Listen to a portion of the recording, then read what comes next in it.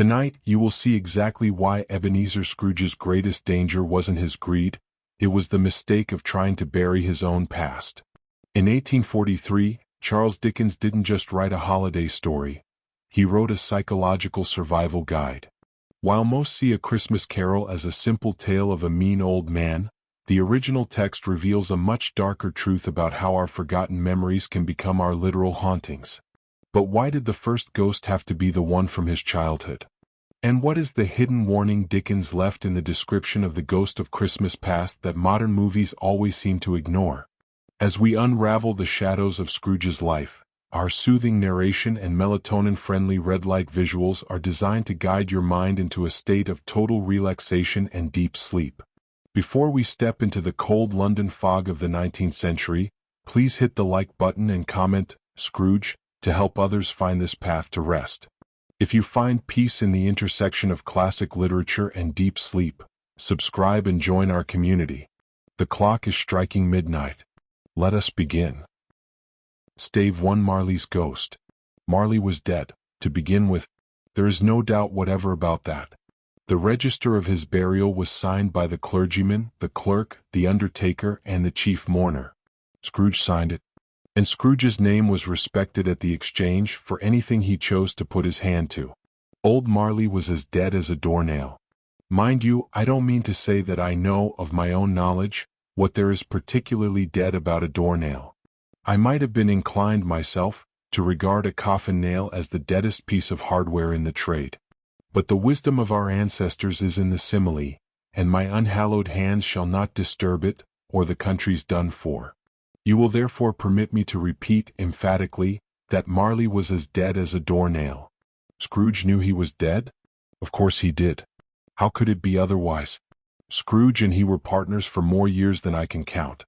Scrooge was his sole executor, his sole administrator, his sole assign, his sole friend and sole mourner.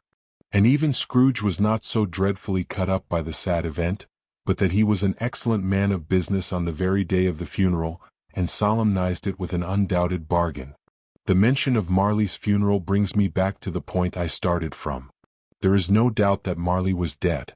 This must be distinctly understood, or nothing wonderful can come of the story I am going to relate.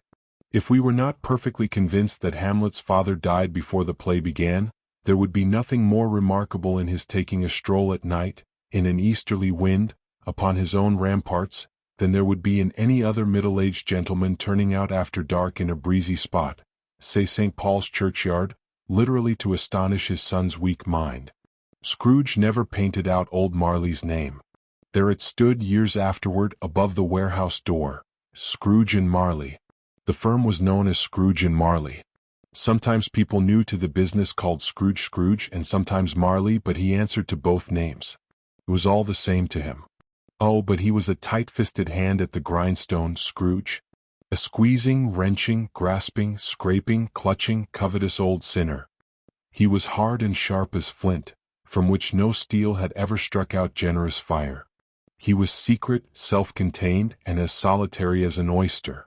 The cold within him froze his old features, nipped his pointed nose, shriveled his cheek, and stiffened his gait. It made his eyes red and his thin lips blue, and it spoke out shrewdly in his grating voice. A frosty rime was on his head, on his eyebrows, and on his wiry chin. He carried his own low temperature always about with him. He iced his office in the heat of summer and didn't thaw it 1 degree at Christmas. External heat and cold had little influence on Scrooge. No warmth could warm, no wintry weather chill him. No wind that blew was bitterer than he, no falling snow was more intent upon its purpose, and no pelting rain was less open to entreaty. Foul weather didn't know where to find him. The heaviest rain, snow, hail, and sleet could boast of only one advantage over him. They often came down handsomely while Scrooge never did. Nobody ever stopped him in the street to say with gladsome looks, "My dear Scrooge, how are you? When will you come to see me?" No beggars implored him to bestow a trifle, no children asked him the time, and no man or woman ever once in all his life inquired the way to any place. Even the blind men's dogs appeared to know him. When they saw him coming, they would tug their owners into doorways and up courts, wagging their tails as if to say, No eye at all is better than an evil eye, dark master. But what did Scrooge care? It was the very thing he liked. To edge his way along the crowded paths of life, warning all human sympathy to keep its distance, was what the knowing ones called the height of satisfaction for Scrooge. Once upon a time, of all the good days in the year, on Christmas Eve, old Scrooge sat busy in his counting house. It was cold, bleak, biting weather, and foggy as well. He could hear the people in the court outside go wheezing up and down, beating their hands upon their breasts and stamping their feet to keep them warm. The city clocks had only just gone 3, but it was quite dark already. It had not been light all day.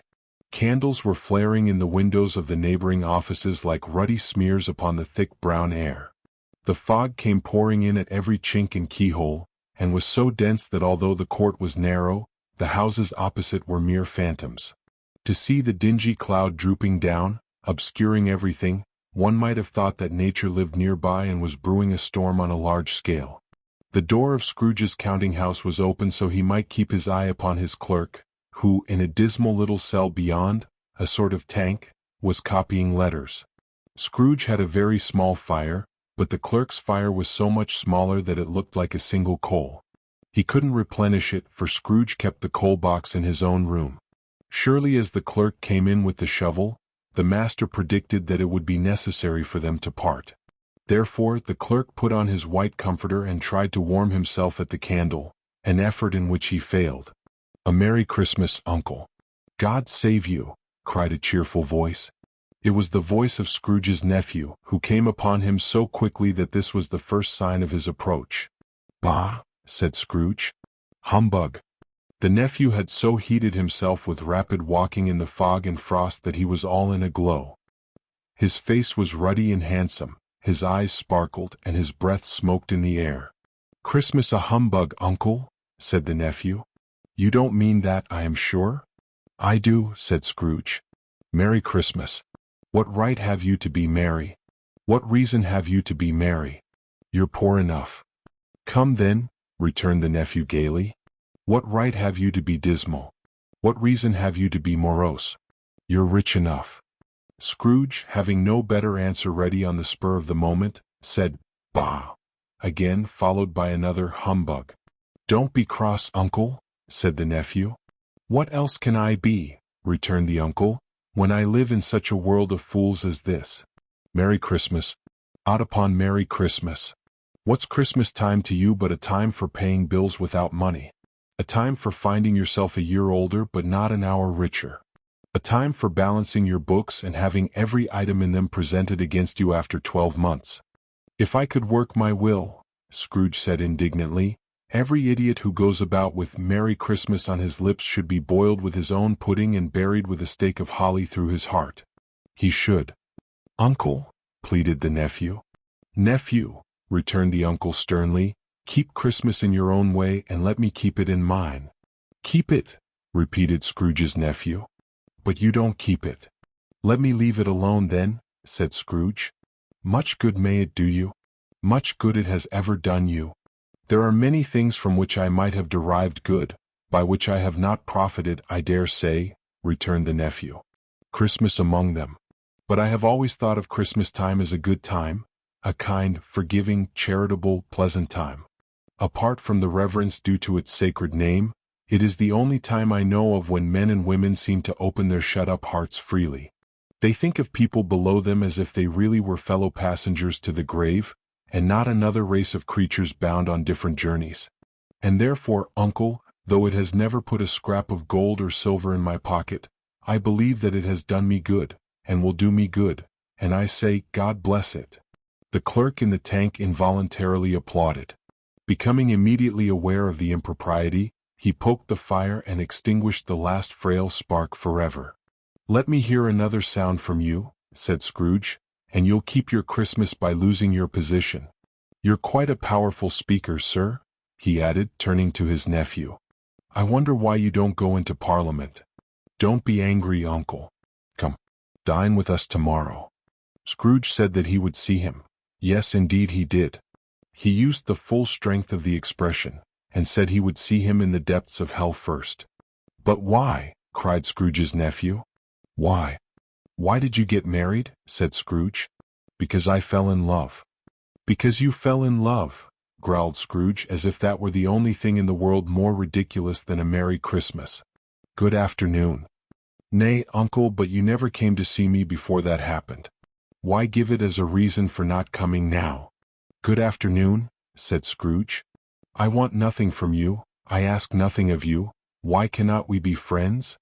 "Good afternoon," said Scrooge. "I am sorry with all my heart to find you so resolute.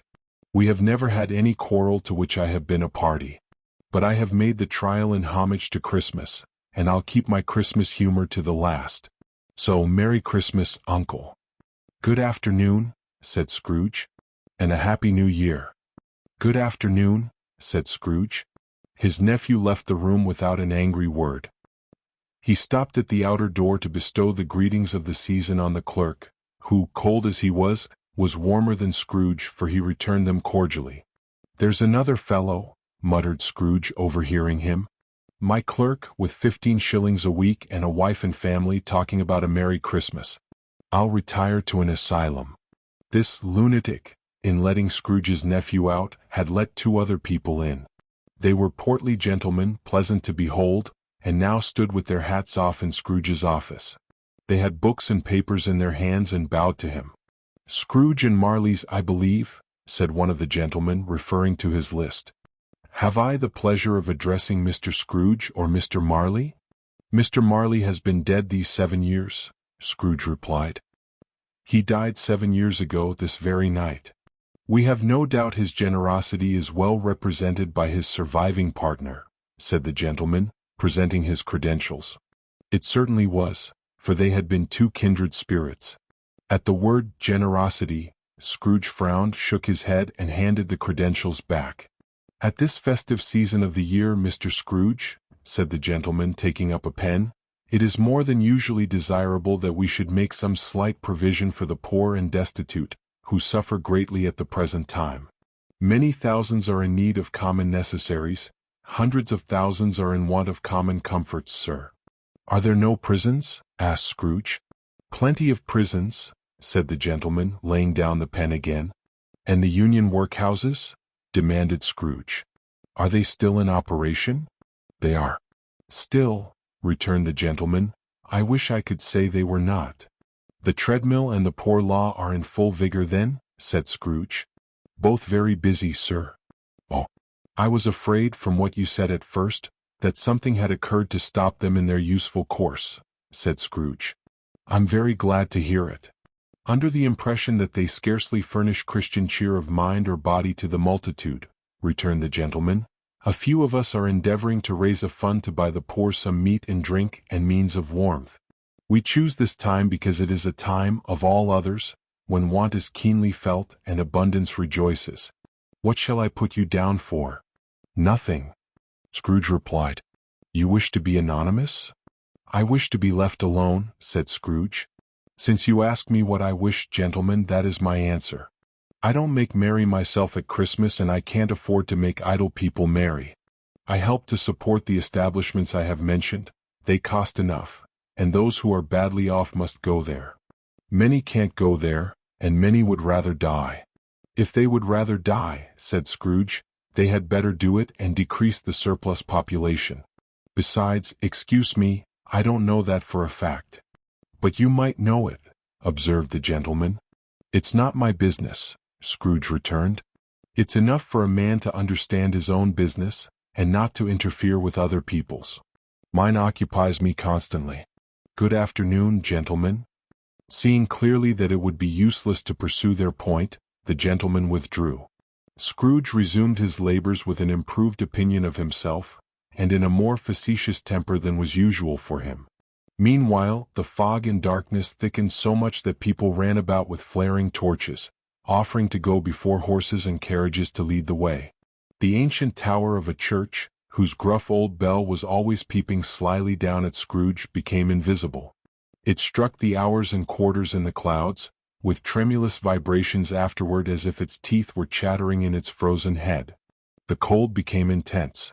In the main street, some laborers were repairing the gas pipes and had lit a great fire in a brazier, around which a party of ragged men and boys were gathered, warming their hands before the blaze in rapture. The brightness of the shops, where holly sprigs and berries crackled in the lamp heat, made pale faces ruddy as they passed. The Lord Mayor, in the stronghold of the mansion house, gave orders to his 50 cooks and butlers to keep Christmas as a Lord Mayor's household should. Even the little tailor, who had been fined for being drunk in the streets, stirred up tomorrow's pudding in his attic, while his lean wife and the baby went out to buy the beef. It grew foggier yet and colder. It was a piercing, searching, biting cold. The owner of one scant young nose, gnawed by the hungry cold as bones are gnawed by dogs, stooped down at Scrooge's keyhole to regale him with a Christmas carol. But at the first sound of, "God bless you, merry gentlemen, may nothing you dismay," Scrooge seized his ruler with such energy that the singer fled in terror, leaving the keyhole to the fog and the even more congenial frost. At length the hour for closing the counting-house arrived. With an ill will, Scrooge dismounted from his stool, tacitly admitting the fact to the expectant clerk. The clerk instantly snuffed his candle out and put on his hat. "You'll want all day tomorrow, I suppose?" said Scrooge. "If it's quite convenient, sir." "It's not convenient," said Scrooge, "and it's not fair. If I were to dock you half a crown for it, you'd think yourself ill-used, I'll be bound?" The clerk smiled faintly. "And yet," said Scrooge, "you don't think I'm ill-used when I pay a day's wages for no work." The clerk observed that it was only once a year. "A poor excuse for picking a man's pocket every 25th of December," said Scrooge, buttoning his greatcoat to the chin. "But I suppose you must have the whole day. Be here all the earlier next morning." The clerk promised that he would, and Scrooge walked out with a growl. The office was closed in a twinkling. The clerk, with the long ends of his white comforter dangling below his waist, went down a slide on Cornhill 20 times in honor of it being Christmas Eve. Then he ran home to Camden Town as hard as he could, to play at blindman's buff. Scrooge took his melancholy dinner in his usual melancholy tavern. After reading all the newspapers and spending the rest of the evening with his banker's ledger, he went home to bed. He lived in chambers which had once belonged to his deceased partner. They were a gloomy suite of rooms in a lowering pile of a building, tucked away in a yard where it seemed to have no business being. It was old enough now and dreary enough, for nobody lived in it but Scrooge. The other rooms were all let out as offices. The yard was so dark that even Scrooge, who knew its every stone, had to grope with his hands. The fog and frost hung so heavily about the black old gateway of the house, it seemed as if the spirit of the weather sat in mournful meditation on the threshold. It is a fact that there was nothing particularly remarkable about the door-knocker, except that it was very large. It is also a fact that Scrooge had seen it every morning and night during his entire residence in that house. Furthermore, Scrooge had as little imagination as any man in the city of London, including the city officials and the wealthy guildsmen. Let it also be kept in mind that Scrooge had not given a single thought to Marley since mentioning his 7 years dead partner earlier that afternoon.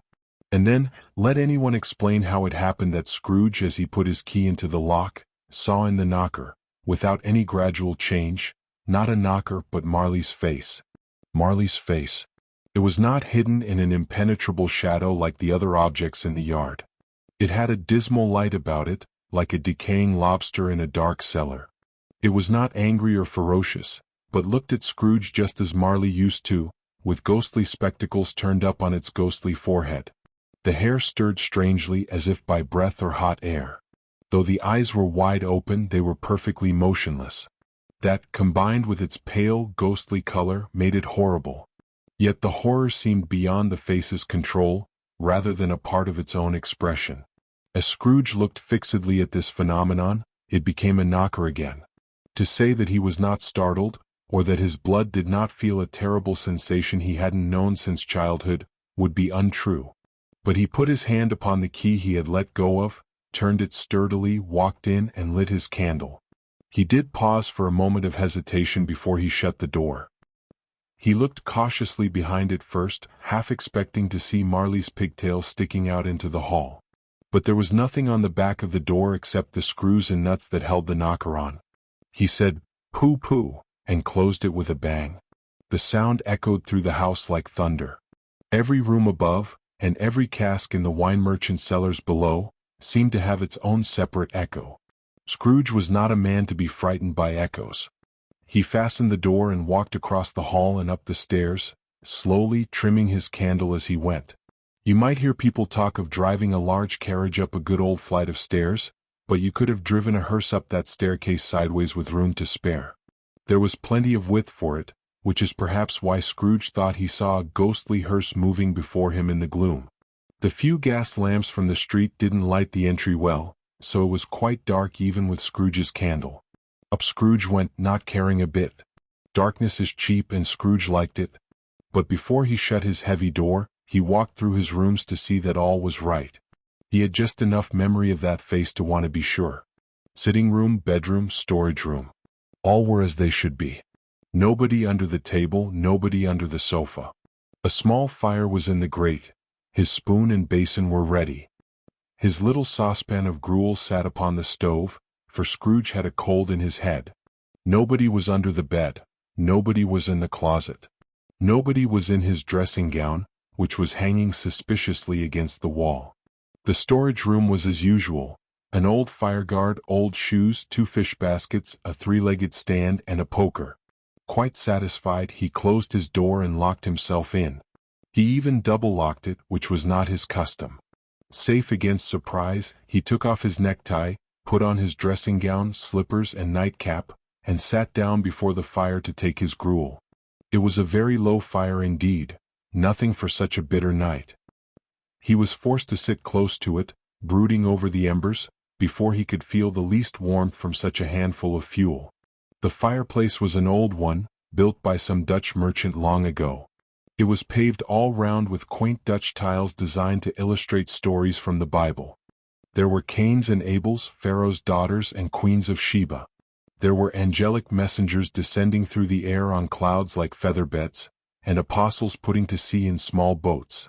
There were hundreds of figures to catch his thoughts, and yet the face of Marley, 7 years dead, seemed to swallow them all.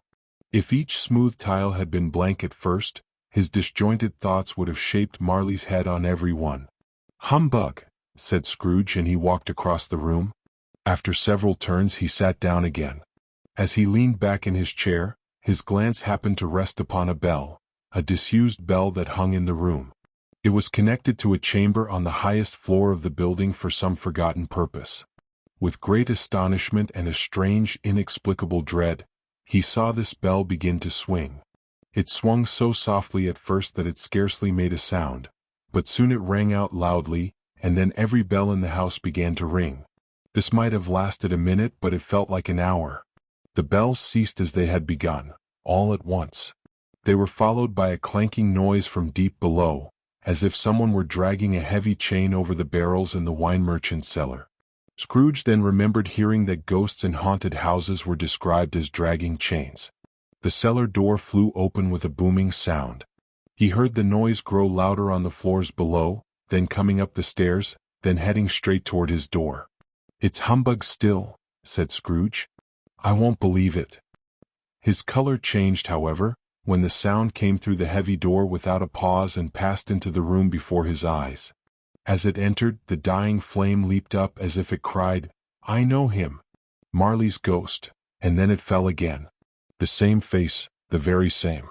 Marley was in his pigtail, his usual waistcoat, tights, and boots. The tassels on his boots bristled, just like his pigtail and his coat skirts and the hair upon his head. The chain he dragged was clasped around his middle. It was long, wound about him like a tail, and made of cash boxes, keys, padlocks, ledgers, deeds, and heavy purses wrought in steel. His body was transparent.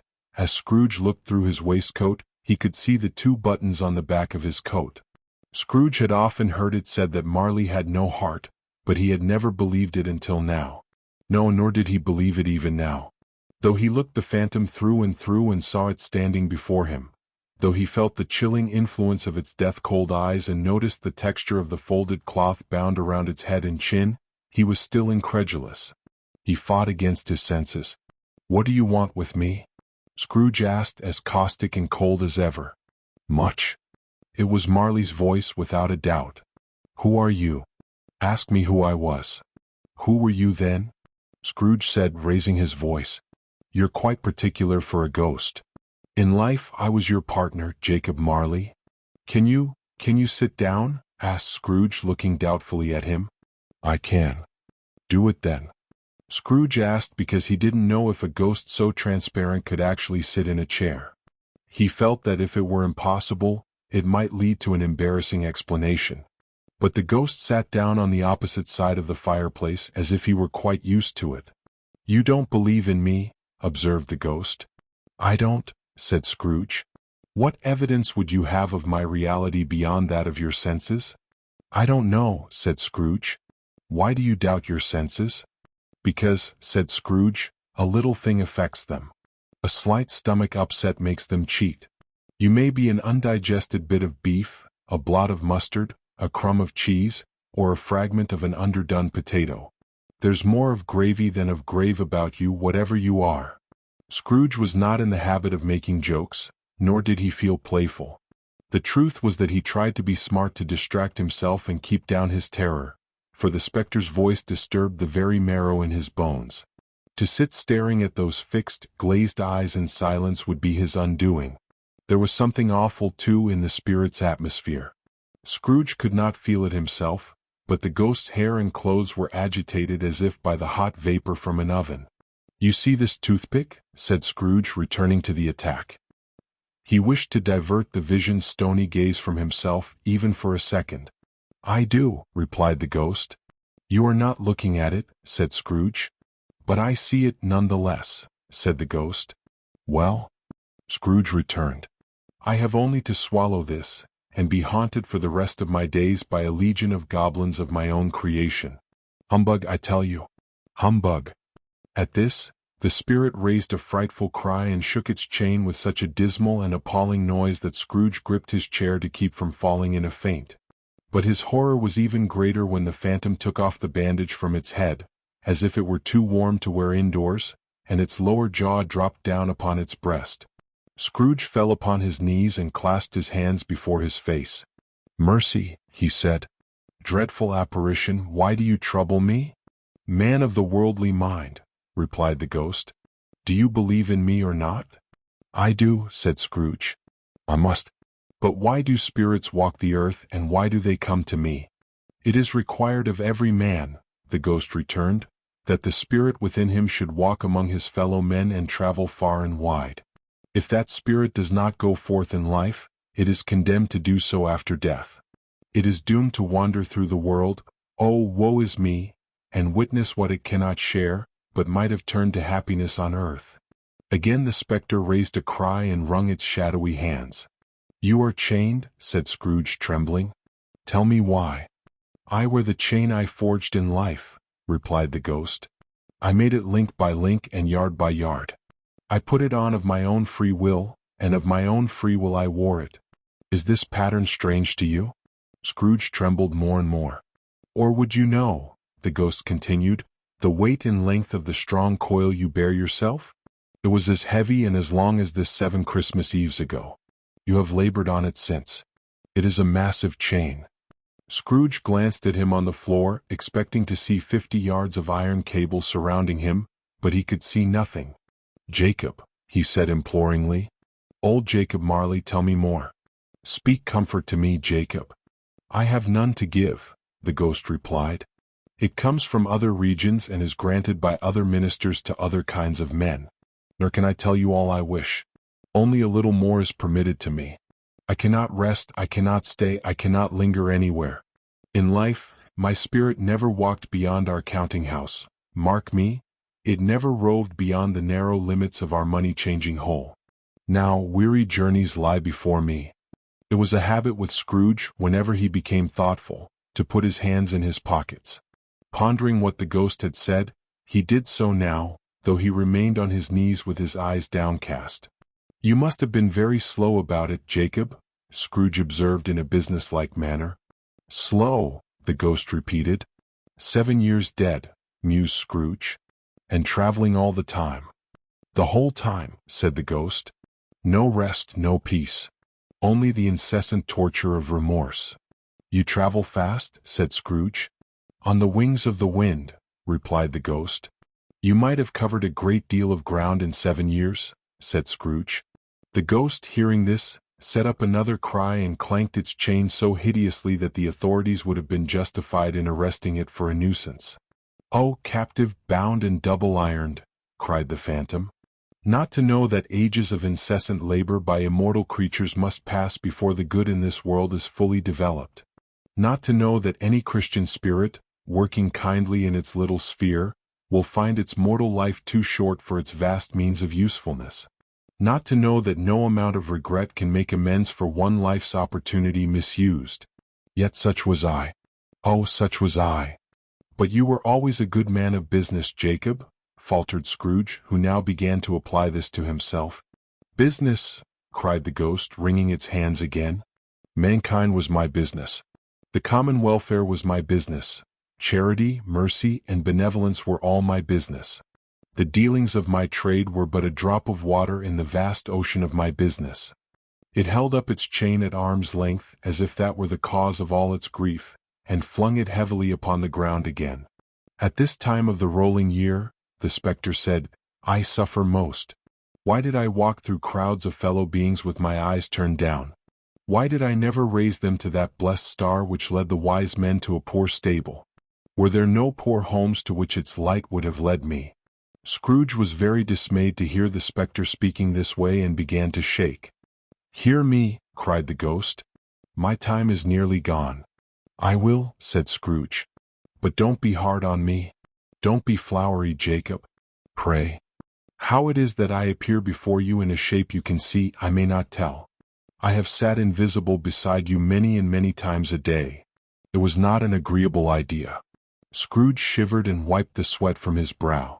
"That is no light part of my penance," the ghost continued. "I am here tonight to warn you that you have yet a chance and hope of escaping my fate. A chance and hope of my own procuring, Ebenezer." "You were always a good friend to me," said Scrooge. "Thank ye."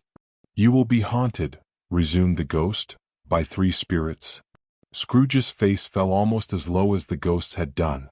"Is that the chance and hope you mentioned, Jacob?" he asked in a faltering voice. "It is." I think I'd rather not," said Scrooge. "Without their visits," said the ghost, "you cannot hope to shun the path I tread. Expect the first tomorrow when the bell tolls 1. Couldn't I take them all at once and have it over, Jacob? Expect the second on the next night at the same hour. The third on the next night when the last stroke of 12 has ceased to vibrate. Look to see me no more, and for your own sake remember what has passed between us."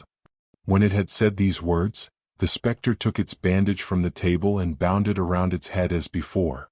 Scrooge knew this by the sharp sound its teeth made when the jaws were brought together. He raised his eyes again and found his visitor standing erect, with its chain wound over and around its arm. The apparition walked backward from him. At every step it took, the window raised itself a little so that when the spectre reached it, it was wide open. It beckoned Scrooge to approach, which he did. When they were within 2 paces of each other, Marley's ghost held up its hand, warning him to come no nearer. Scrooge stopped, not so much in obedience as in surprise and fear. As the hand was raised, he became aware of confused noises in the air, incoherent sounds of regret, and wailings inexpressibly sorrowful. The spectre, after listening for a moment, joined in the mournful cry and floated out into the bleak, dark night. Scrooge followed to the window, desperate in his curiosity. He looked out. The air was filled with phantoms, wandering here and there in restless haste and moaning as they went. Every one of them wore chains like Marley's ghost. A few, perhaps guilty governments, were linked together. None were free. Many had been known to Scrooge in life. He was quite familiar with one old ghost in a white waistcoat, who had a monstrous iron safe attached to its ankle. The spirit cried piteously because it could not help a wretched woman and her infant whom it saw below on a doorstep. The clear misery of all these spirits was that they now sought to interfere for the sake of good in human matters, but had lost the power to do so forever. Whether these creatures faded into mist, or the mist swallowed them, he could not tell. But they and their ghostly voices faded together, and the night became as it had been when he first walked home. Scrooge closed the window and examined the door by which the ghost had entered. It was still double-locked, just as he had locked it with his own hands, and the bolts were undisturbed. He tried to say, "Humbug," but stopped at the very first syllable. Whether it was from the emotion he had undergone, the fatigue of the day, his glimpse of the invisible world, or the late hour, he was in great need of rest. He went straight to bed without undressing and fell asleep instantly. Stave, too, the first of the three spirits. When Scrooge awoke, it was so dark that, looking out of bed, he could scarcely distinguish the transparent window from the opaque walls of his chamber. He strained his sharp eyes to pierce the darkness, just as the chimes of a neighboring church struck the 4 quarters. He listened for the hour. To his great astonishment, the heavy bell went on from 6 to 7, from 7 to 8, and regularly up to 12, then stopped. 12. It was past 2 when he went to bed. The clock must be wrong. Perhaps an icicle had frozen the gears. He touched the spring of his pocket watch to correct this preposterous clock. Its rapid little pulse beat 12 times and then it stopped. "Why, it isn't possible," said Scrooge, "that I have slept through a whole day and far into another night. It isn't possible that something has happened to the sun, and this is 12 at noon." The idea was an alarming one. He scrambled out of bed and groped his way to the window. He had to rub the frost off with the sleeve of his dressing gown before he could see anything, and even then he saw very little. All he could make out was that it was still very foggy and extremely cold. There was no noise of people running to and fro, as there certainly would have been if night had stolen the day and taken possession of the world. This was a great relief. If there were no days to count by, his business contracts and financial exchanges would have become nothing more than worthless paper. Scrooge went back to bed and thought about it over and over, but he could make nothing of it. The more he thought, the more perplexed he became. The more he tried not to think, the more the thoughts crowded his mind. Marley's ghost bothered him exceedingly. Every time he resolved that it had all been a dream, his mind flew back again, like a strong spring released, to the same problem. Was it a dream or not? Scrooge lay in this state until the chimes sounded 3 quarters more. Suddenly, he remembered the ghost had warned him of a visitation when the bell tolled 1. He resolved to lie awake until the hour had passed. Considering he could no more go to sleep than go to heaven, this was perhaps the wisest resolution in his power. The quarter hour felt so long that he was convinced he must have drifted off and missed the clock. At length, the sound broke upon his ear. Ding-dong. "A quarter past," said Scrooge, counting. Ding-dong. "Half-past. Ding-dong." "A quarter to it," said Scrooge. Ding-dong. "The hour itself," Scrooge cried triumphantly, "and nothing else." He spoke before the hour bell sounded, which it now did with a deep, dull, hollow, and melancholy one. Light flashed up in the room instantly, and the curtains of his bed were drawn aside. They were drawn aside by a hand. Not the curtains at his feet, nor the curtains at his back, but the ones directly in front of his face. Scrooge started up and found himself face to face with the unearthly visitor who drew them. The figure was as close to him as a spirit standing at his elbow. It was a strange figure, like a child, yet also like an old man. It appeared as if viewed through some supernatural lens, which made him seem to have receded into the distance, shrinking to a child's proportions. His hair, which hung about his neck and down his back, was white as if with age, yet the face had not a single wrinkle, and the skin held a tender bloom. The arms were long and muscular, and the hands were the same, suggesting a grip of uncommon strength. Its legs and feet were bare and delicately formed. It wore a tunic of the purest white, cinched at the waist by a beautiful, lustrous belt. It held a branch of fresh green holly in its hand, yet in strange contrast to that wintry emblem, its dress was trimmed with summer flowers. But the strangest thing about it was this: from the crown of its head there sprung a bright, clear jet of light. This light made the figure visible, and was likely the reason why it carried a large metal cap, an extinguisher, which it now held under its arm. As Scrooge looked at the spirit with increasing steadiness, he noticed another strange quality. As its belt sparkled and glittered, the figure itself fluctuated in its distinctness. It seemed to shift and dissolve, appearing now with one arm, now with one leg, now a head without a body.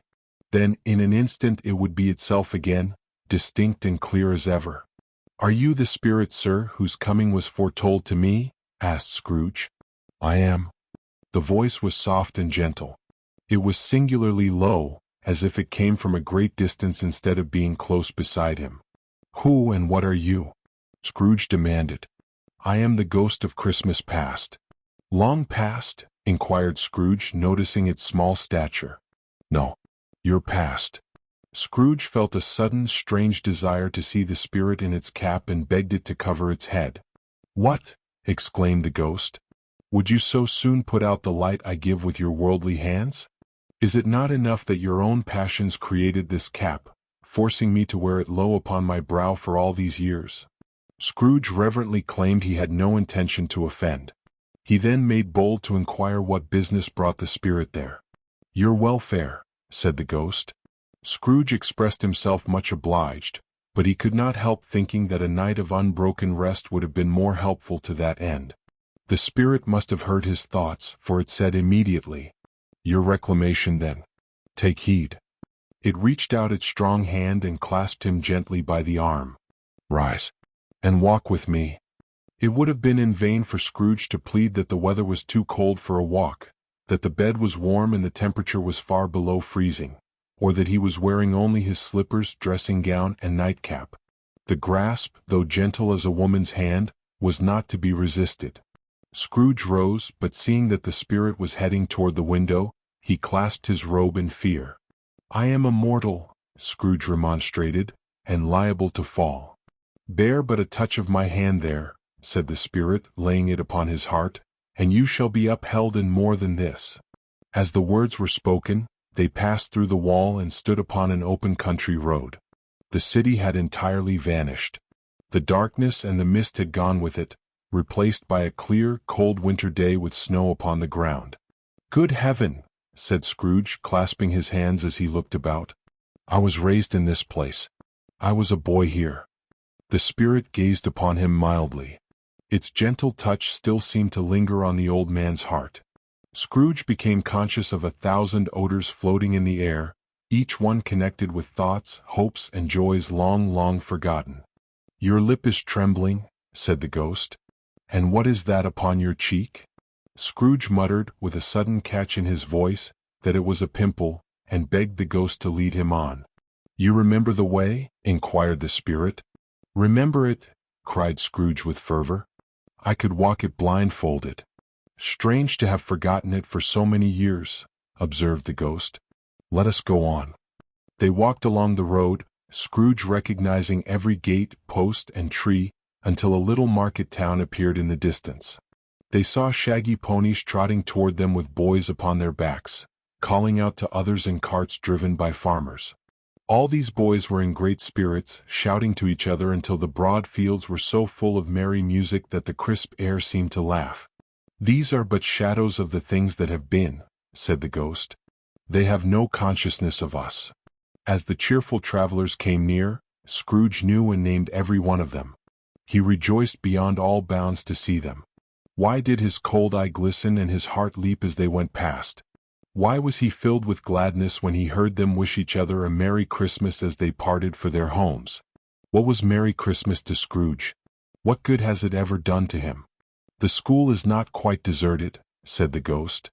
"A solitary child, neglected by his friends, is left there still." Scrooge said he knew it, and he sobbed. They left the high road and approached a mansion of dull red brick. It was a large house, but one of broken fortunes. The rooms were poorly furnished, cold, and vast. There was an earthy scent in the air and a chilly bareness to the place. They went across the hall to a long, bare, melancholy room filled with plain wooden desks. At one of these, a lonely boy was reading near a feeble fire. Scrooge sat down on a bench and wept to see his poor, forgotten self as he used to be. Every sound in the house, the scuttle of mice behind the walls, the drip of a water spout, the sigh of the wind in the leafless trees, fell upon Scrooge's heart with a softening influence, letting his tears flow freely. The spirit touched his arm and pointed to his younger self, intent upon his book. Suddenly, a man in bright, foreign garments appeared outside the window, leading a donkey laden with wood.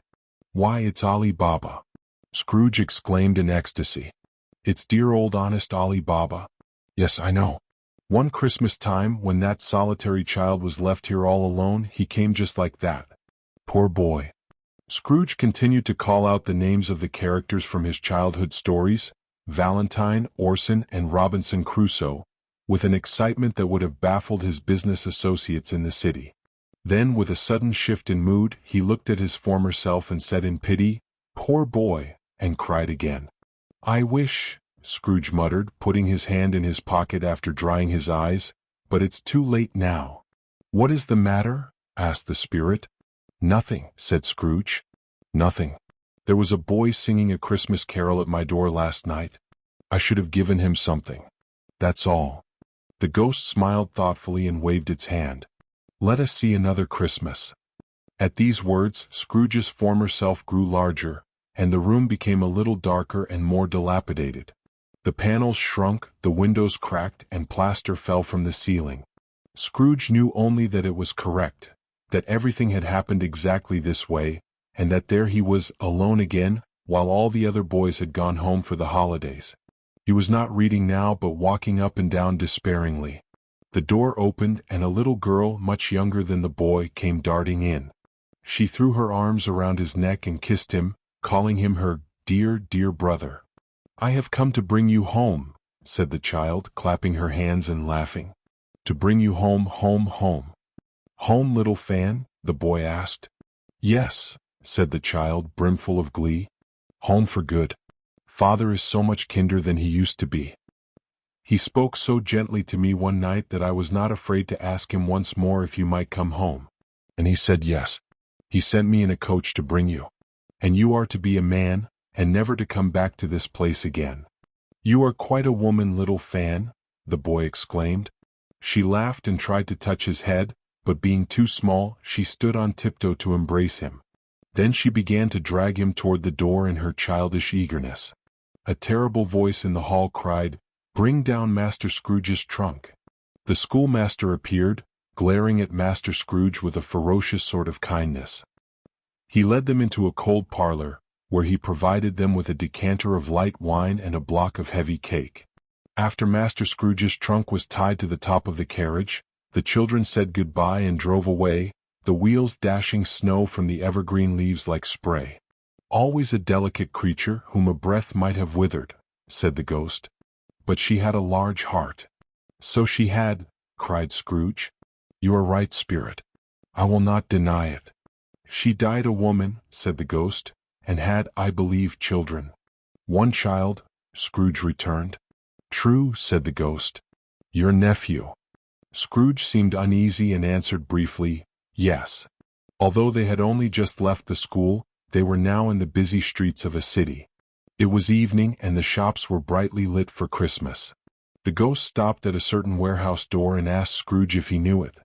"Know it," said Scrooge. "I was apprenticed here." They went in. At the sight of an old gentleman in a Welsh wig, sitting behind a desk so high that if he had been 2 inches taller he would have hit his head against the ceiling, Scrooge cried out in great excitement, "Why, it's old Fezziwig! Bless his heart, it's Fezziwig alive again." Old Fezziwig laid down his pen and looked up at the clock, which pointed to the hour of 7. He rubbed his hands and adjusted his wide waistcoat. He laughed all over, from his shoes to his very brow, and called out in a comfortable, rich, and jovial voice, "Yo-ho there, Ebenezer, Dick." Scrooge's former self, now a young man, came briskly in, accompanied by his fellow apprentice. "Dick Wilkins, to be sure." Scrooge said to the ghost, "Bless me, yes, there he is. He was very attached to me, was Dick. Poor Dick, dear, dear." "Yo-ho, my boys," said Fezziwig. "No more work tonight. It's Christmas Eve, Dick. Christmas, Ebenezer." "Let's have the shutters up," cried old Fezziwig with a sharp clap of his hands, "before a man can say Jack Robinson." You wouldn't believe how those two fellows went at it. They charged into the street with the shutters, 1, 2, 3, had them up in their places, 4, 5, 6, barred and pinned them, 7, 8, 9, and came back before you could have counted to 12, panting like racehorses. "Hilly-ho!" cried old Fezziwig, skipping down from his high desk with wonderful agility.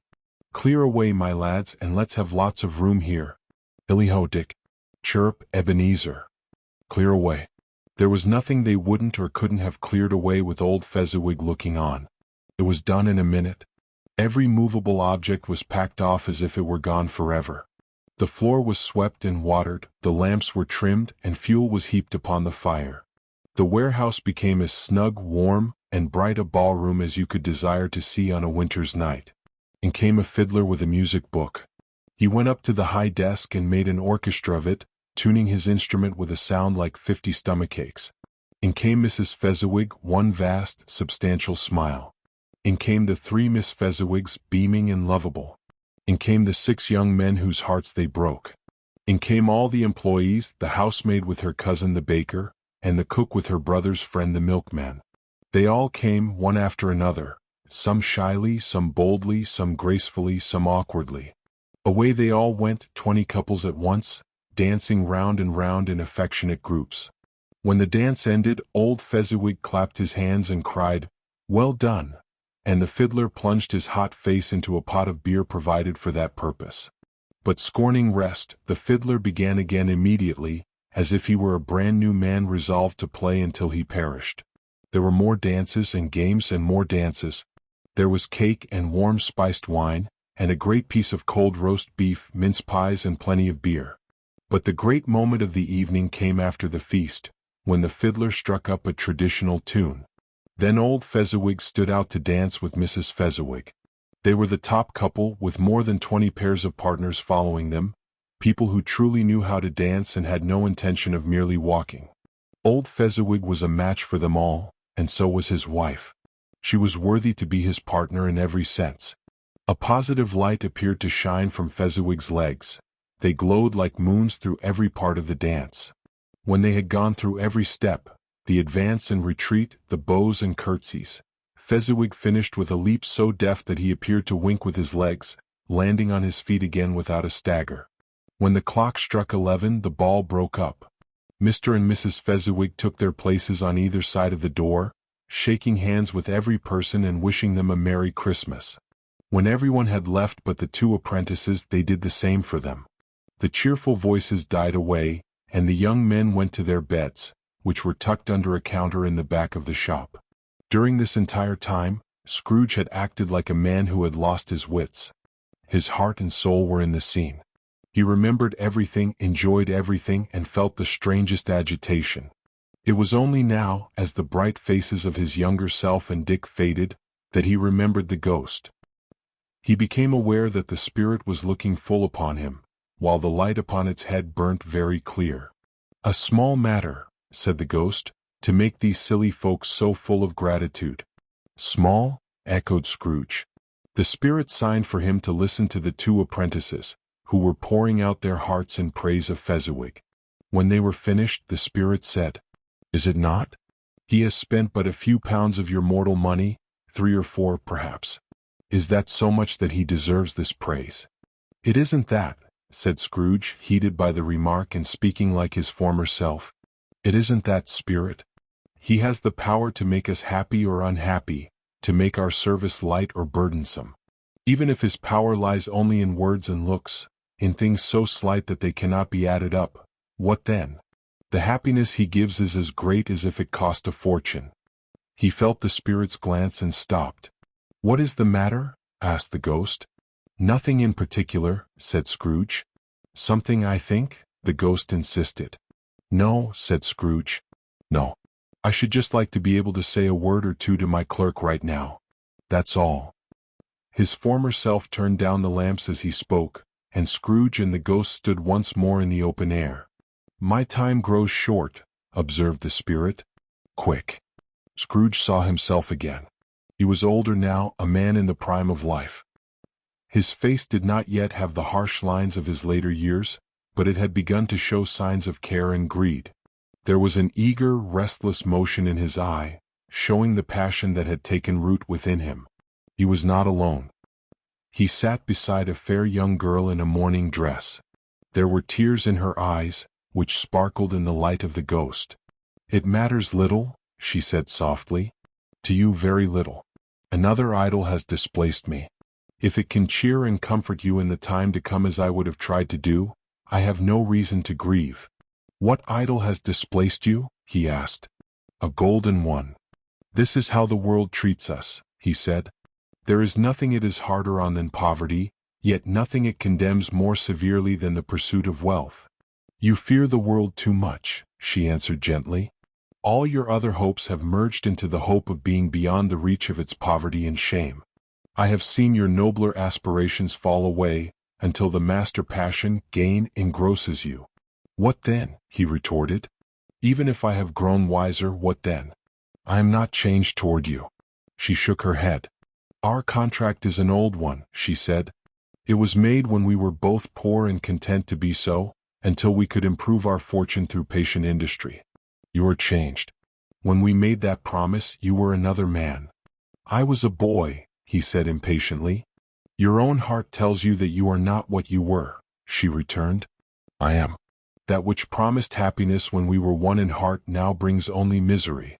I release you from our promise. Have I ever asked for release? Not in words, but in a changed nature and an altered spirit.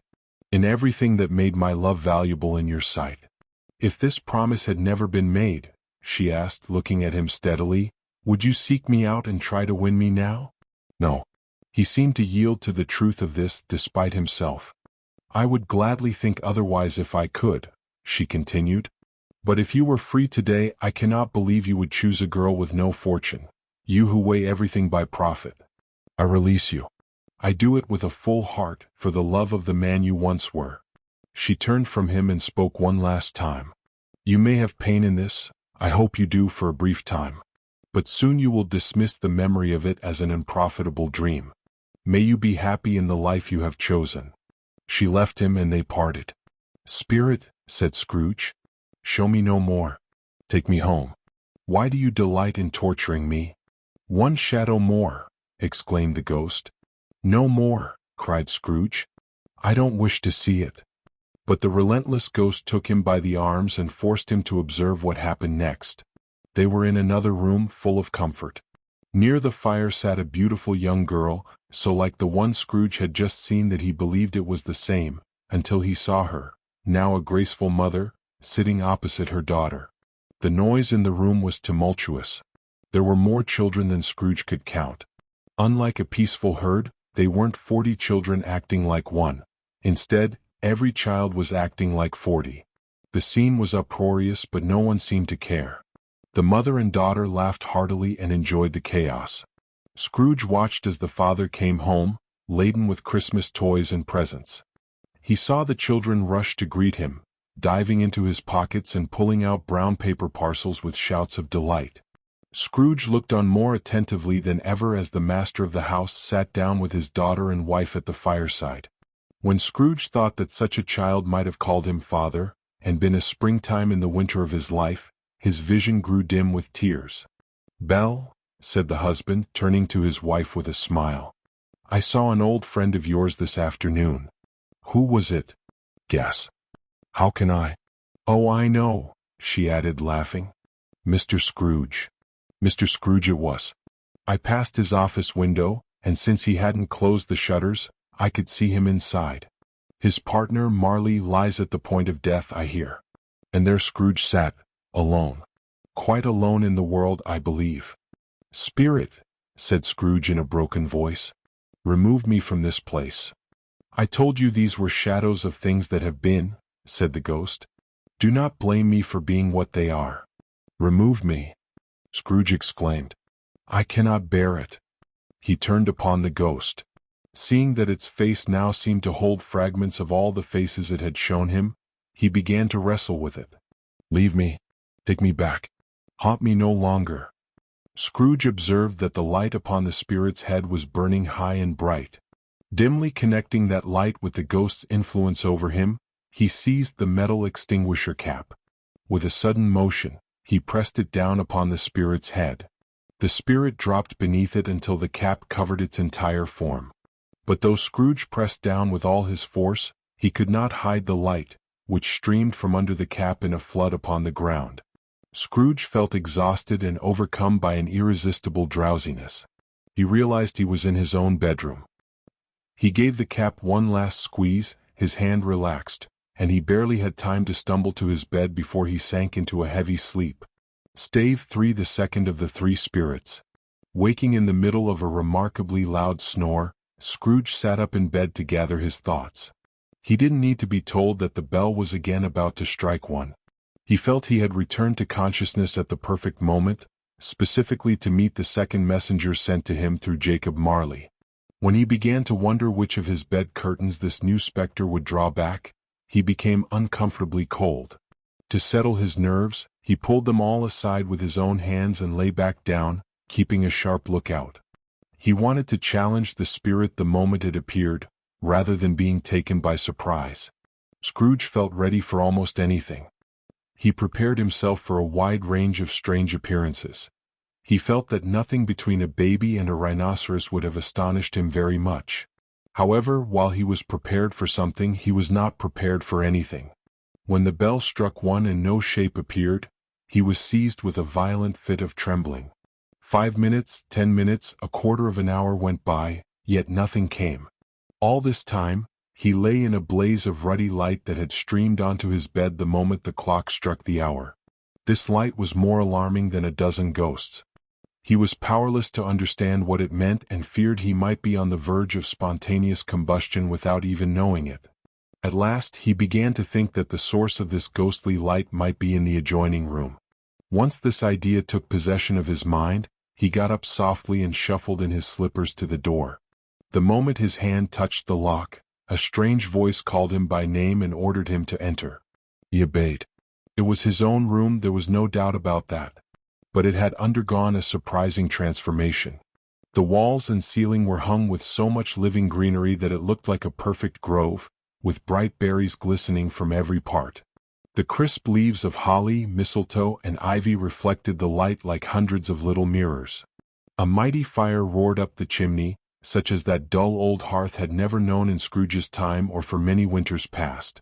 Heaped upon the floor to form a kind of throne were turkeys, geese, game, and poultry.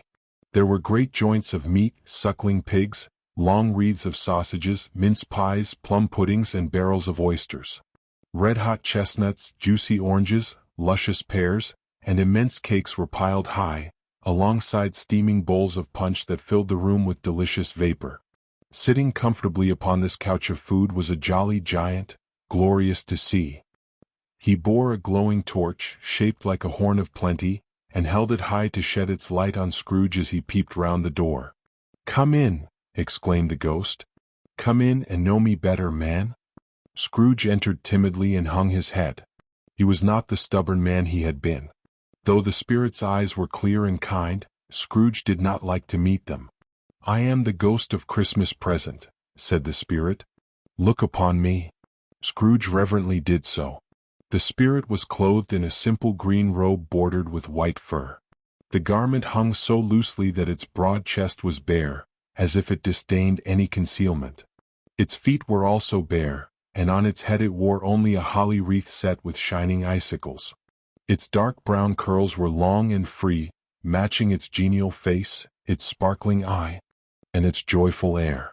Girded around its middle was an ancient scabbard, but it held no sword, and the sheath was eaten away with rust. "You have never seen the likes of me before?" exclaimed the spirit. "Never," Scrooge answered. "Have you never walked with the younger members of my family?" the phantom pursued. "I mean my elder brothers were born in these later years?" "I don't think I have," said Scrooge. "I am afraid I have not." "Have you had many brothers, spirit?" "More than 1,800, said the ghost. "A tremendous family to provide for." Scrooge muttered. The ghost of Christmas present rose. "Spirit," Scrooge said submissively, "conduct me where you will. I went out last night by force and I learned a lesson which is working within me now. Tonight, if you have anything to teach me, let me profit from it. Touch my robe." Scrooge did as he was told and held it fast. The holly, mistletoe, and red berries vanished instantly. So did the food, the room, and the fire. They stood in the city streets on Christmas morning. The weather was severe, and people made a brisk music as they scraped snow from the pavement and the housetops. The house fronts looked black, contrasting with the smooth white snow on the roofs and the dirty, furrowed snow on the ground. The sky was gloomy, and a dingy mist choked the streets. There was nothing inherently cheerful about the weather or the town, yet there was an air of happiness abroad that even the brightest summer sun could not have produced. The people shoveling on the housetops were full of glee, calling to one another and occasionally exchanging a good-natured snowball. The shops were radiant. There were baskets of chestnuts, ruddy Spanish onions, and pyramids of apples and pears. The grocers' shops were nearly closed, but through the gaps in the shutters, one could smell the grateful scents of tea and coffee. There were raisins, almonds, sticks of cinnamon, and candied fruits so sweet they made the mouth water. The customers were hurried and eager, tumbling against each other in their holiday spirit. The grocers and their assistants were so friendly they seemed to wear their hearts on their sleeves for all to see. Soon the church bells called the people, and they came flocking through the streets in their best clothes. At the same time, many poor people emerged from the lanes, carrying their Christmas dinners to the local bakers' shops to be cooked in the ovens. The Spirit seemed very interested in these poor revelers. He stood with Scrooge in a baker's doorway, and as the people passed with their dinners, he sprinkled incense on their food from his torch. Once or twice, when angry words were exchanged between people who jostled each other, the Spirit shed a few drops of water from his torch, and their good humor was restored immediately. They said it was a shame to quarrel on Christmas Day. And so it was. "Is there a peculiar flavor in what you sprinkle from your torch?" asked Scrooge. "There is. My own." "Would it apply to any kind of dinner today?" "To any dinner kindly given," said the Spirit. "To a poor one most, because it needs it most." "Spirit," Scrooge said after a moment, "I wonder if you would desire to limit these people's opportunities for enjoyment." "Aye," cried the Spirit. "You would deprive them of their means of dining every seventh day," said Scrooge, referring to the laws that closed shops on the Sabbath. "You seek to close these places?" "I seek that," exclaimed the Spirit. "Forgive me if I am wrong," said Scrooge. "But it has been done in your name, or at least in the name of your family." "There are some upon this earth," the Spirit returned, "who claim to know us and who do their deeds of pride, ill will, and selfishness in our name. They are as strange to us as if they had never lived. Remember that and charge their doings on themselves, not us." Scrooge promised he would. They went on, invisible, into the suburbs of the town. It was a remarkable quality of the ghost that, despite his gigantic size, he could fit into any place with ease. He stood beneath a low roof as gracefully as if he were in a lofty hall. The Spirit led Scrooge straight to the home of his clerk, Bob Cratchit. On the threshold, the Spirit smiled and blessed the dwelling with his torch. Think of that. Bob earned only 15 shillings a week, and yet the ghost of Christmas present blessed his four-roomed house. Inside, Mrs. Cratchit was preparing for dinner. She was poorly dressed in a faded gown but was decorated with cheap, bright ribbons. She laid the cloth with the help of her daughter, Belinda, while young Peter Cratchit plunged a fork into a saucepan of potatoes. Two smaller Cratchits, a boy and a girl, came tearing in, screaming that they had smelled their goose outside the baker's shop. They danced around the table in anticipation.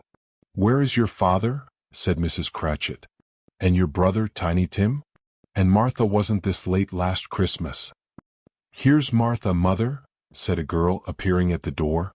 "Bless your heart, how late you are," Mrs. Cratchit said, kissing her repeatedly and taking off her shawl.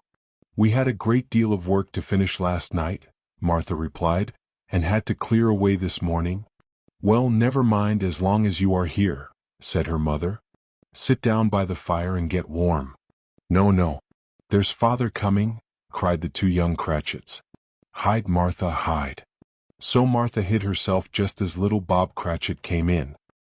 He wore a long, threadbare scarf and carried Tiny Tim upon his shoulder. Alas for Tiny Tim, he bore a little crutch and had his limbs supported by an iron frame. "Why, where's our Martha?" cried Bob, looking around. "Not coming," said Mrs. Cratchit. "Not coming," said Bob, his high spirits suddenly fading. "Not coming on Christmas Day."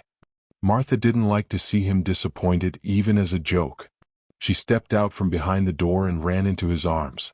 Meanwhile, the two young Cratchits carried Tiny Tim off to the wash-house so he could hear the Christmas pudding simmering in the copper pot. "And how did little Tim behave?" asked Mrs. Cratchit, once Bob had hugged his daughter. As good as gold, said Bob, and better. He gets thoughtful, sitting by himself so much and thinks the strangest things. He told me, coming home, that he hoped the people saw him in the church because he was a cripple. He thought it might be pleasant for them to remember, on Christmas Day, who made lame beggars walk and blind men see. Bob's voice trembled as he told them this, and it trembled even more when he said that Tiny Tim was growing strong and hearty. The sound of a little crutch was heard on the floor, and Tiny Tim returned to his stool by the fire. Bob turned up his cuffs and began to mix a hot drink of gin and lemons, while Peter and the two young Cratchits went to fetch the goose. They soon returned in a grand procession, carrying their Christmas feast. A great bustle began. You might have thought a goose was the rarest of all birds, a feathered wonder that surpassed even a black swan. And in that house, it truly was. Mrs. Cratchit made the gravy until it was hissing hot. Master Peter mashed the potatoes with incredible vigor. Miss Belinda sweetened the applesauce, and Martha dusted the hot plates. Bob took Tiny Tim beside him in a small corner at the table. The two young Cratchits set chairs for everyone, including themselves. They stood guard at their posts, cramming spoons into their mouths to keep from shrieking for goose before it was their turn to be served. At last, the dishes were set out and grace was said. A breathless silence followed as Mrs. Cratchit looked slowly along the carving knife, preparing to plunge it into the breast. When she did, and the long-awaited stuffing poured out, a murmur of delight rose from everyone at the table. Even Tiny Tim, excited by the older children, beat on the table with the handle of his knife and feebly cried, "Hurrah! There never was such a goose." Bob said he didn't believe one like it had ever been cooked. Its tenderness, flavor, size, and cheapness were admired by all. Combined with the applesauce and mashed potatoes, it was a sufficient dinner for the whole family. Indeed, as Mrs. Cratchit noted with great delight, they hadn't even finished it all. Yet everyone had had enough. The youngest Cratchits, in particular, were stuffed with sage and onion to the eyebrows. When the plates were changed, Mrs. Cratchit left the room alone, too nervous to have witnesses, to take up the pudding and bring it in. What if it wasn't done enough? What if it broke when being turned out of the bowl? What if someone had climbed over the backyard wall and stolen it while they were busy with the goose? At this thought, the two young Cratchits turned pale. All sorts of horrors were imagined. Then a great deal of steam filled the air. The pudding was out of the copper pot. A smell like washing day arose.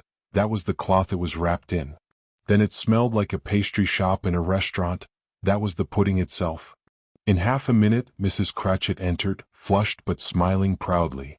She carried the pudding, which looked like a speckled cannonball, hard and firm. It was blazing in ignited brandy and decorated with Christmas holly stuck into the top. It was a wonderful pudding. Bob Cratchit said, quite calmly, that he regarded it as the greatest success Mrs. Cratchit had achieved since their marriage. Mrs. Cratchit confessed that, now the weight was off her mind, she had worried about the amount of flour. Everyone had something to praise, but nobody said or even thought that it was a small pudding for such a large family. To do so would have been an insult. Any Cratchit would have blushed at the very hint of such a thing. At last the dinner was finished. The cloth was cleared, the hearth swept, and the fire built up. The hot mixture in the jug was tasted and considered perfect. Apples and oranges were set upon the table, and a shovelful of chestnuts was placed on the fire to roast. Then the whole family drew round the hearth in a circle. At Bob Cratchit's elbow stood the family's finest glassware, 2 tumblers and a small cup without a handle. These held the hot drink from the jug as well as golden goblets would have done, and Bob served it out with a beaming look.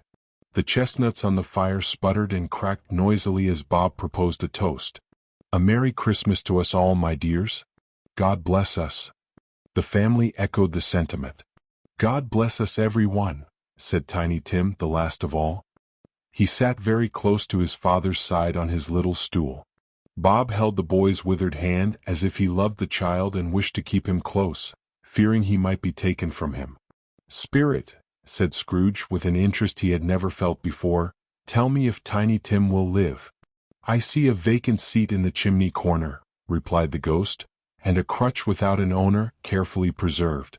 If these shadows remain unaltered by the future, the child will die." "No, no," said Scrooge. "Oh no, kind spirit. Say he will be spared.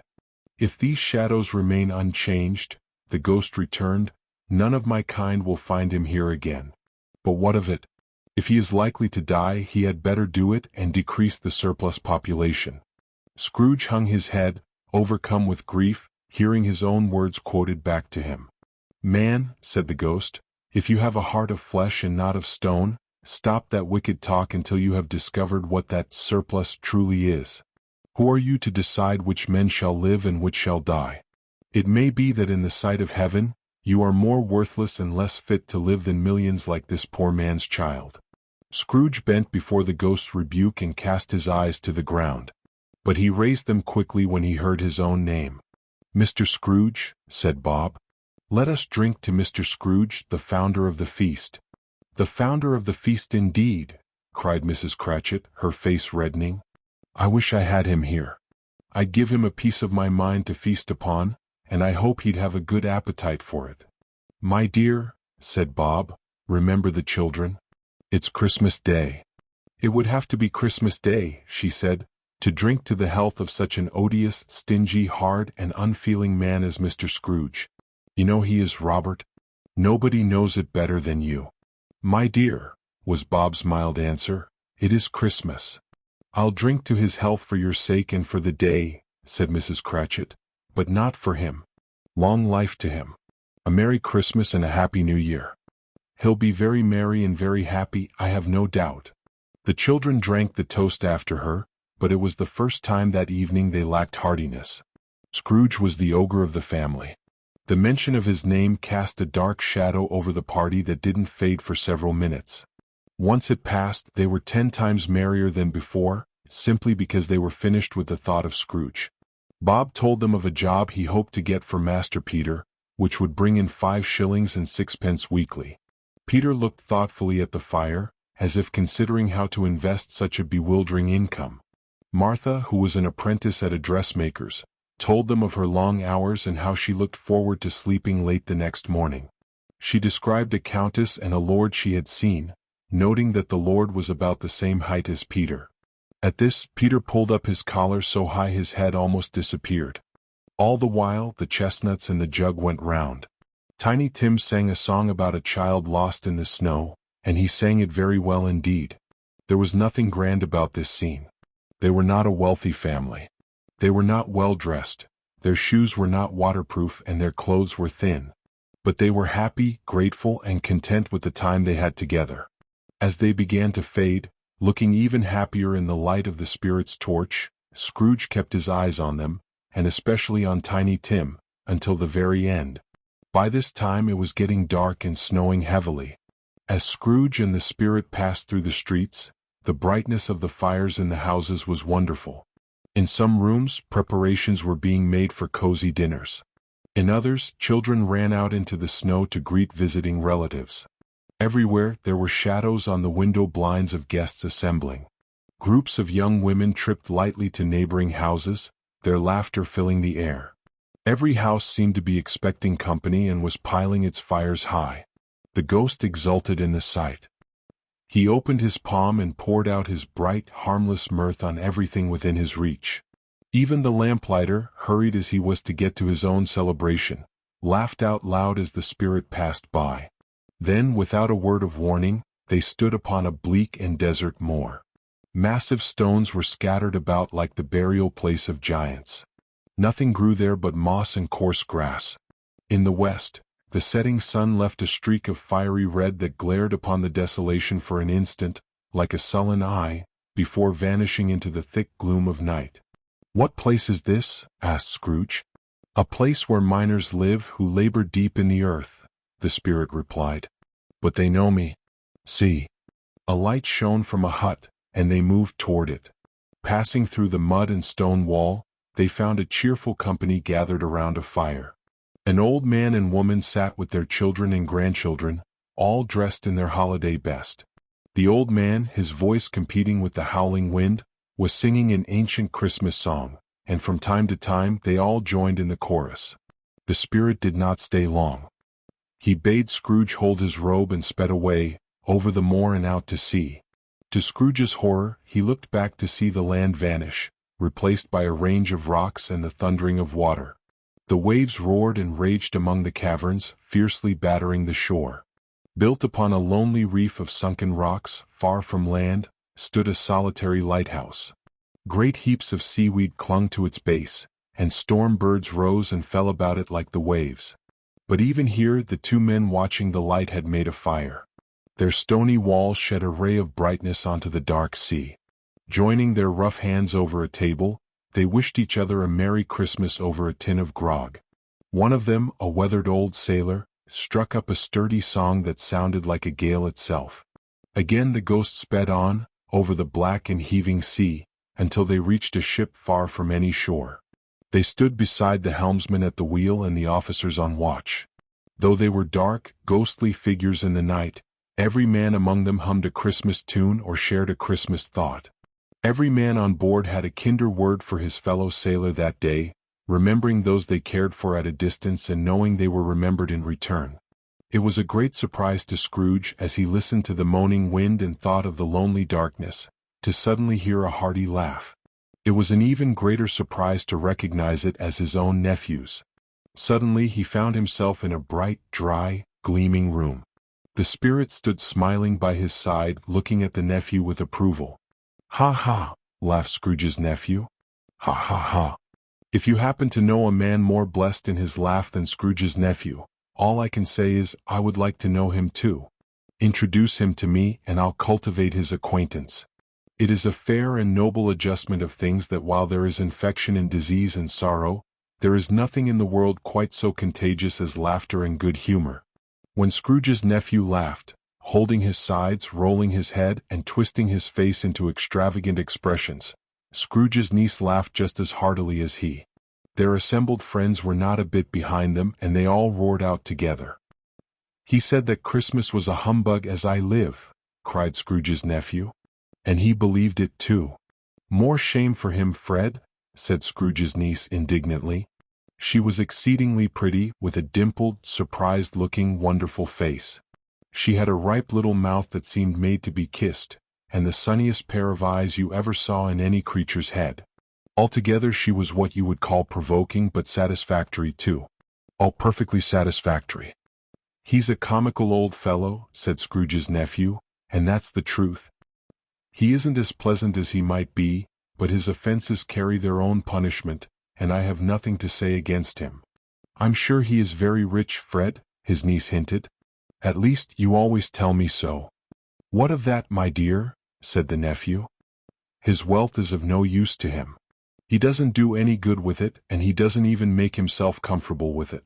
He hasn't even the satisfaction of thinking, ha ha ha, that he is ever going to benefit us with it. I have no patience with him," she observed. Her sisters and all the other ladies expressed the same opinion. "Oh, I have," said Scrooge's nephew. "I'm sorry for him. I couldn't be angry with him if I tried. Who suffers by his ill whims? Himself always. He takes it into his head to dislike us, and he won't come and dine with us. What's the consequence? He doesn't lose much for dinner." "Indeed, I think he loses a very good dinner," she interrupted. Everyone else agreed, and they were competent judges. They had just finished a fine meal and were now clustered around the fire by lamplight with dessert upon the table. "Well, I'm very glad to hear it," said the nephew, "because I haven't great faith in these young housekeepers. What do you say, Topper?"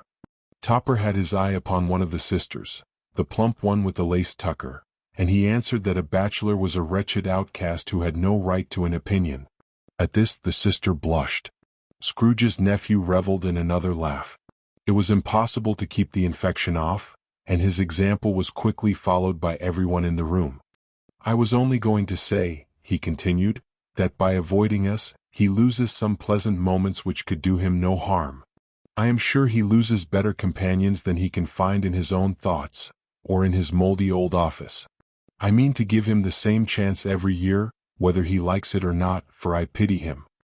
He may rail at Christmas until he dies, but he can't help thinking better of it if he finds me appearing there in a good temper year after year, saying, 'Uncle Scrooge, how are you?'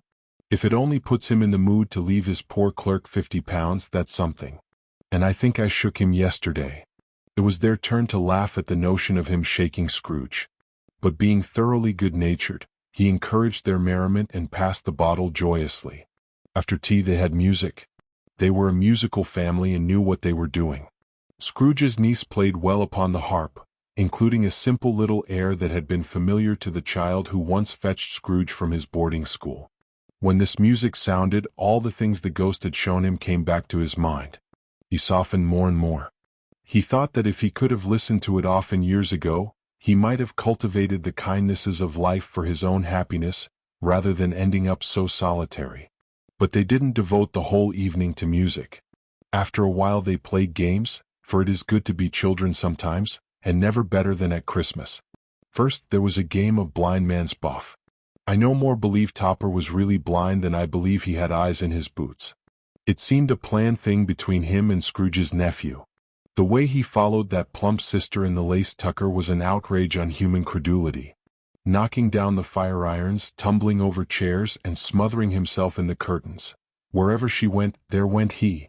He always knew where she was and wouldn't catch anyone else. When at last he caught her in a corner where there was no escape, his conduct was most scandalous. He pretended not to know her, insisting he had to touch her headdress and press a ring upon her finger to be sure of her identity.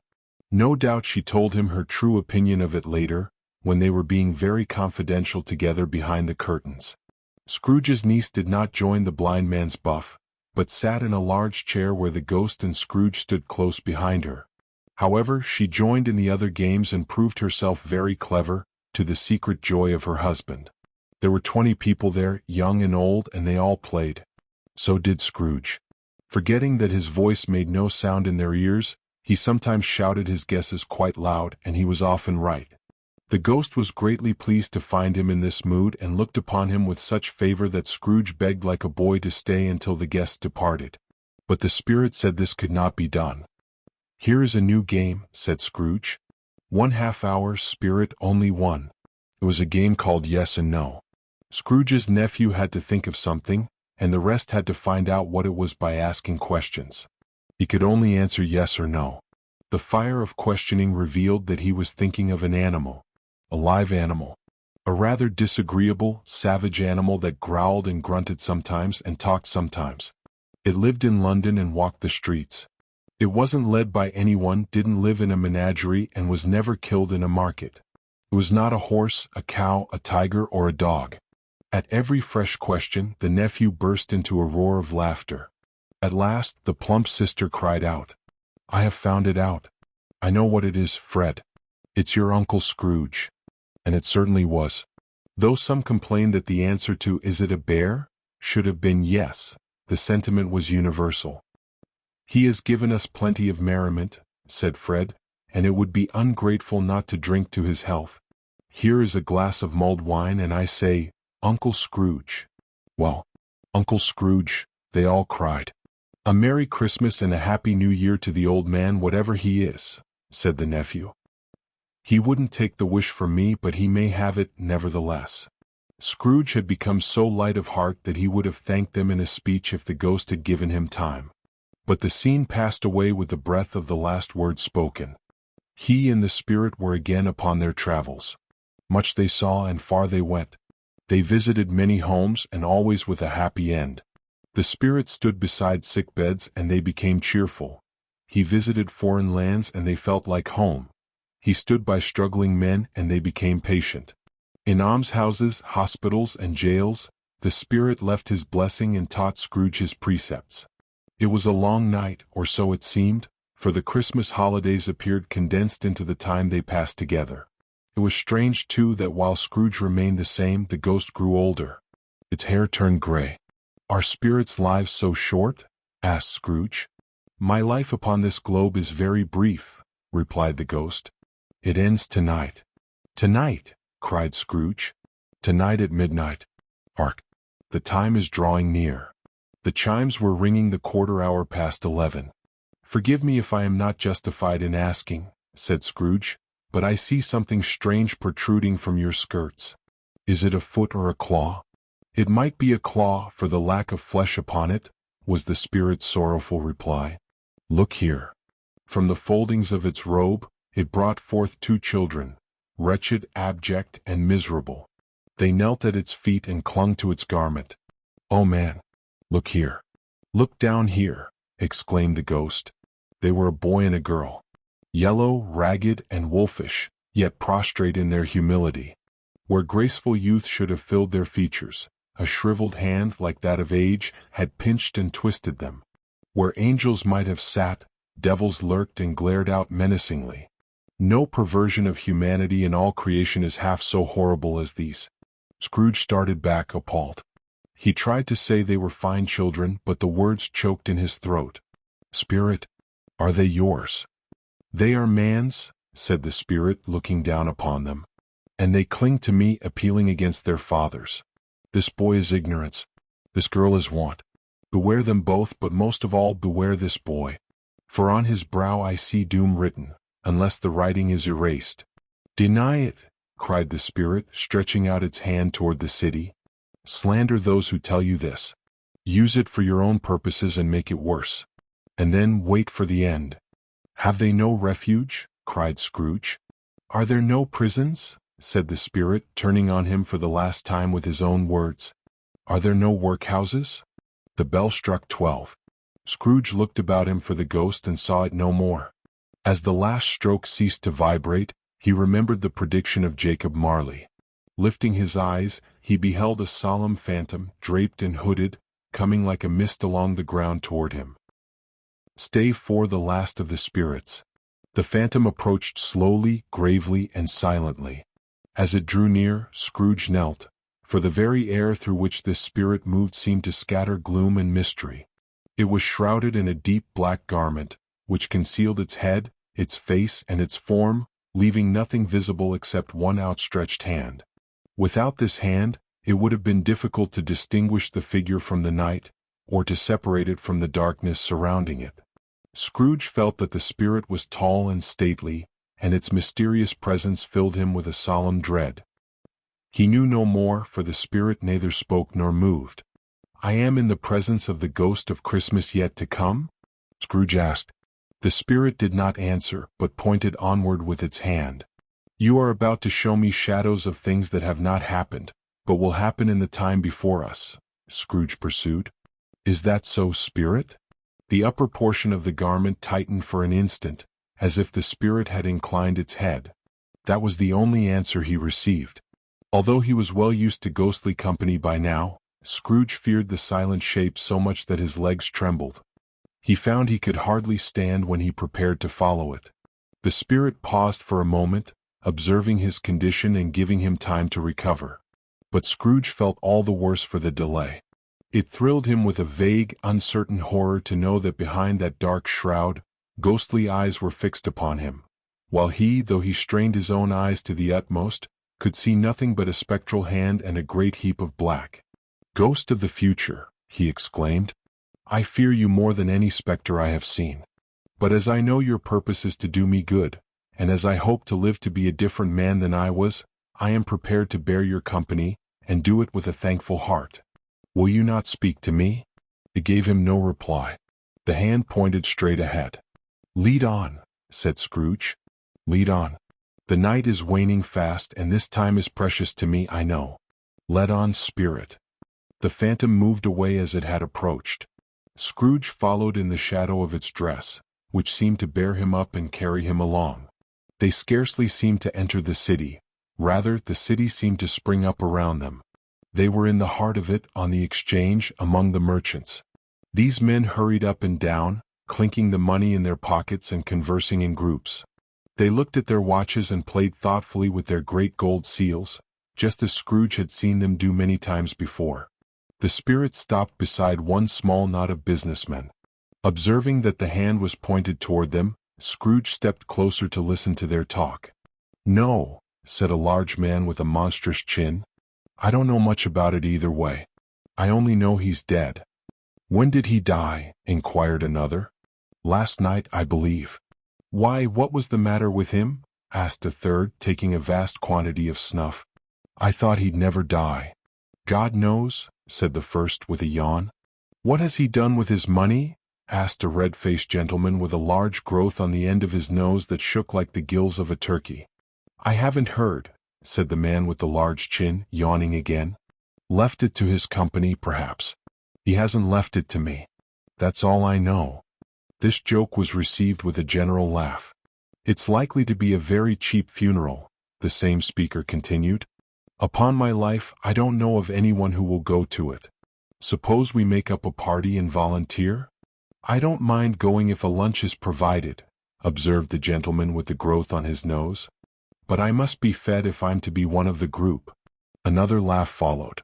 Well, I am the most disinterested among you after all, said the first speaker, for I never wear black gloves and I never eat lunch. But I'll offer to go if anyone else will. When I think of it, I'm not at all sure I wasn't his most particular friend, for we used to stop and speak whenever we met. Bye-bye. The speakers and listeners strolled away, mixing with other groups. Scrooge knew these men and looked toward the spirit for an explanation. The phantom glided onto a street. Its finger pointed to two people meeting. Scrooge listened again, thinking the explanation might lie here. He knew these men too perfectly well. They were wealthy and important men of business. He had always made a point of standing well in their esteem, strictly from a business point of view, of course. How are you? Said one. How are you? Returned the other. Well, said the first. Old Scratch has got his own at last, hey? So I'm told, returned the second. Cold, isn't it? Seasonable for Christmas. You're not a skater, I suppose? No. Something else to think of. Good morning. Not another word was said. That was their meeting, their conversation, and their parting. Scrooge was at first surprised that the spirit should attach importance to conversations so trivial. But feeling assured they must have some hidden purpose, he considered what it might be. It could scarcely have anything to do with the death of Jacob Marley, his old partner, for that was in the past, and this ghost's province was the future. He could not think of anyone immediately connected to himself whom these talks might involve. But doubting that they held some morals for his own improvement, he resolved to treasure up every word he heard and everything he saw. He especially looked for the shadow of himself, expecting that the conduct of his future self would give him the clue he missed. He looked about for his own image, but another man stood in his accustomed corner. Though the clock pointed to his usual time of day for being there, he saw no likeness of himself among the multitudes. This gave him little surprise. He had been contemplating a change of life, and he hoped he saw his new resolutions being carried out. Quiet and dark beside him stood the phantom, its hand outstretched. When Scrooge roused himself from his thoughts, he fancied the unseen eyes were looking at him keenly. It made him shudder and feel very cold. They left the busy scene and went into an obscure part of town where Scrooge had never ventured before, although he recognized its bad reputation. The ways were foul and narrow, the shops and houses wretched, the people half-naked and drunken. Alleys and archways, like open sewers, disgorged their smells and dirt upon the streets. The whole quarter reeked with crime, filth, and misery. Deep in this den of infamy, there was a low, overhanging shop where iron, old rags, bottles, and bones were bought. Piled upon the floor were heaps of rusty keys, nails, chains, and refuse iron of all kinds. Secrets that few would like to scrutinize were hidden in mountains of unseemly rags and masses of corrupted fat. Sitting among his wares by a charcoal stove was a gray-haired rascal nearly 70 years old. He had screened himself from the cold with a curtain of rags and smoked his pipe in calm retirement. Scrooge and the phantom entered as a woman with a heavy bundle slunk into the shop. But she had scarcely entered when another woman, similarly burdened, came in as well. She was closely followed by a man in faded black. After a moment of blank astonishment, all three burst into a laugh. "Let the charwoman be the first," cried the first person who had entered first. "Let the laundress be the second, and let the undertaker's man be the third. Look here, old Joe, here's a chance. We've all three met here without meaning it." "You couldn't have met in a better place," said old Joe, removing his pipe. "Come into the parlor. You were made welcome here long ago, and the other two aren't strangers. Wait until I shut the shop door. How it creaks.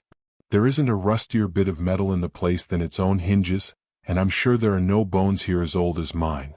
Aha! We're well matched. Come into the parlor. The parlor was the space behind the screen of rags.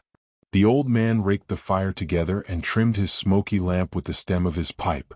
As he did this, the first woman threw her bundle on the floor and sat down on a stool, looking with bold defiance at the other two. "What does it matter then?" she said. "What does it matter, Mrs. Dilbert? Every person has a right to take care of themselves. He always did." "That's true indeed," said the laundress. "No man more so." "Then don't stand staring as if you were afraid. Who's the wiser? We're not going to pick holes in each other's coats, I suppose?" "No, indeed," said Mrs. Dilbert and the man together. "We should hope not." "Very well then," cried the woman. "That's enough. Who is the worst for the loss of a few things like these? Not a dead man, I suppose?" "No, indeed," said Mrs. Dilbert, laughing. "If he wanted to keep them after he was dead, the wicked old miser, why wasn't he more natural in his lifetime?" the woman continued. "If he had been, he would have had someone to look after him when death struck, instead of lying there gasping out his last breath all alone." "It's the truest word ever spoken," said Mrs. Dilbert. "It's a judgment on him." "I wish it was a heavier judgment," replied the woman. "And it would have been, depending on it, if I could have laid my hands on anything else. Open that bundle, old Joe, and let me know the value of it. Speak out plainly. I'm not afraid to be the first, nor afraid for them to see it. We all know we were helping ourselves before we met here. It's no sin. Open the bundle, Joe." But the others would not allow this. The man in faded black produced his plunder first. It was not much: a seal or two, a pencil case, a pair of sleeve buttons, and a brooch of little value. Old Joe examined each item and chalked the amounts on the wall. "That's your account," said Joe, "and I wouldn't give another penny if I were to be boiled for it." "Who's next?" Mrs. Dilbert was next. "Sheets and towels, a little clothing, 2 old silver teaspoons, a pair of sugar tongs, and a few boots." Her account was stated on the wall in the same manner. "I always give too much to ladies. It's a weakness of mine, and that's how I ruin myself," said old Joe. "That's your account. If you asked for another penny, I'd repent being so liberal." "And now undo my bundle, Joe," said the first woman. Joe went down on his knees to open it. After unfastening many knots, he dragged out a large, heavy roll of dark fabric. "What do you call this?" said Joe. "Bed curtains." "Ah," the woman laughed, leaning forward. "Bed curtains. You don't mean to say you took them down, rings and all, while he was lying there?" said Joe. "Yes, I do," replied the woman. "Why not?" "You were born to make your fortune," said Joe, "and you'll certainly do it." "I certainly shan't hold back when I can get something by reaching out my hand, not for the sake of such a man as he was, I promise you, Joe," the woman returned coolly. "Don't drop that oil on the blankets now." "His blankets?" asked Joe. "Whose else do you think?" she replied. "He isn't likely to catch a cold without them, I dare say." "I hope he didn't die of anything contagious," said old Joe, stopping and looking up. "Don't you be afraid of that," she replied. "I'm not so fond of his company that I'd loiter about him if he did.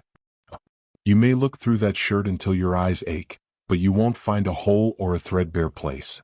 It's the best he had, and a fine one too. They would have wasted it if it hadn't been for me." "What do you call wasting it?" asked Joe. "Putting it on him to be buried in, of course," the woman laughed. "Somebody was foolish enough to do it, but I took it off again.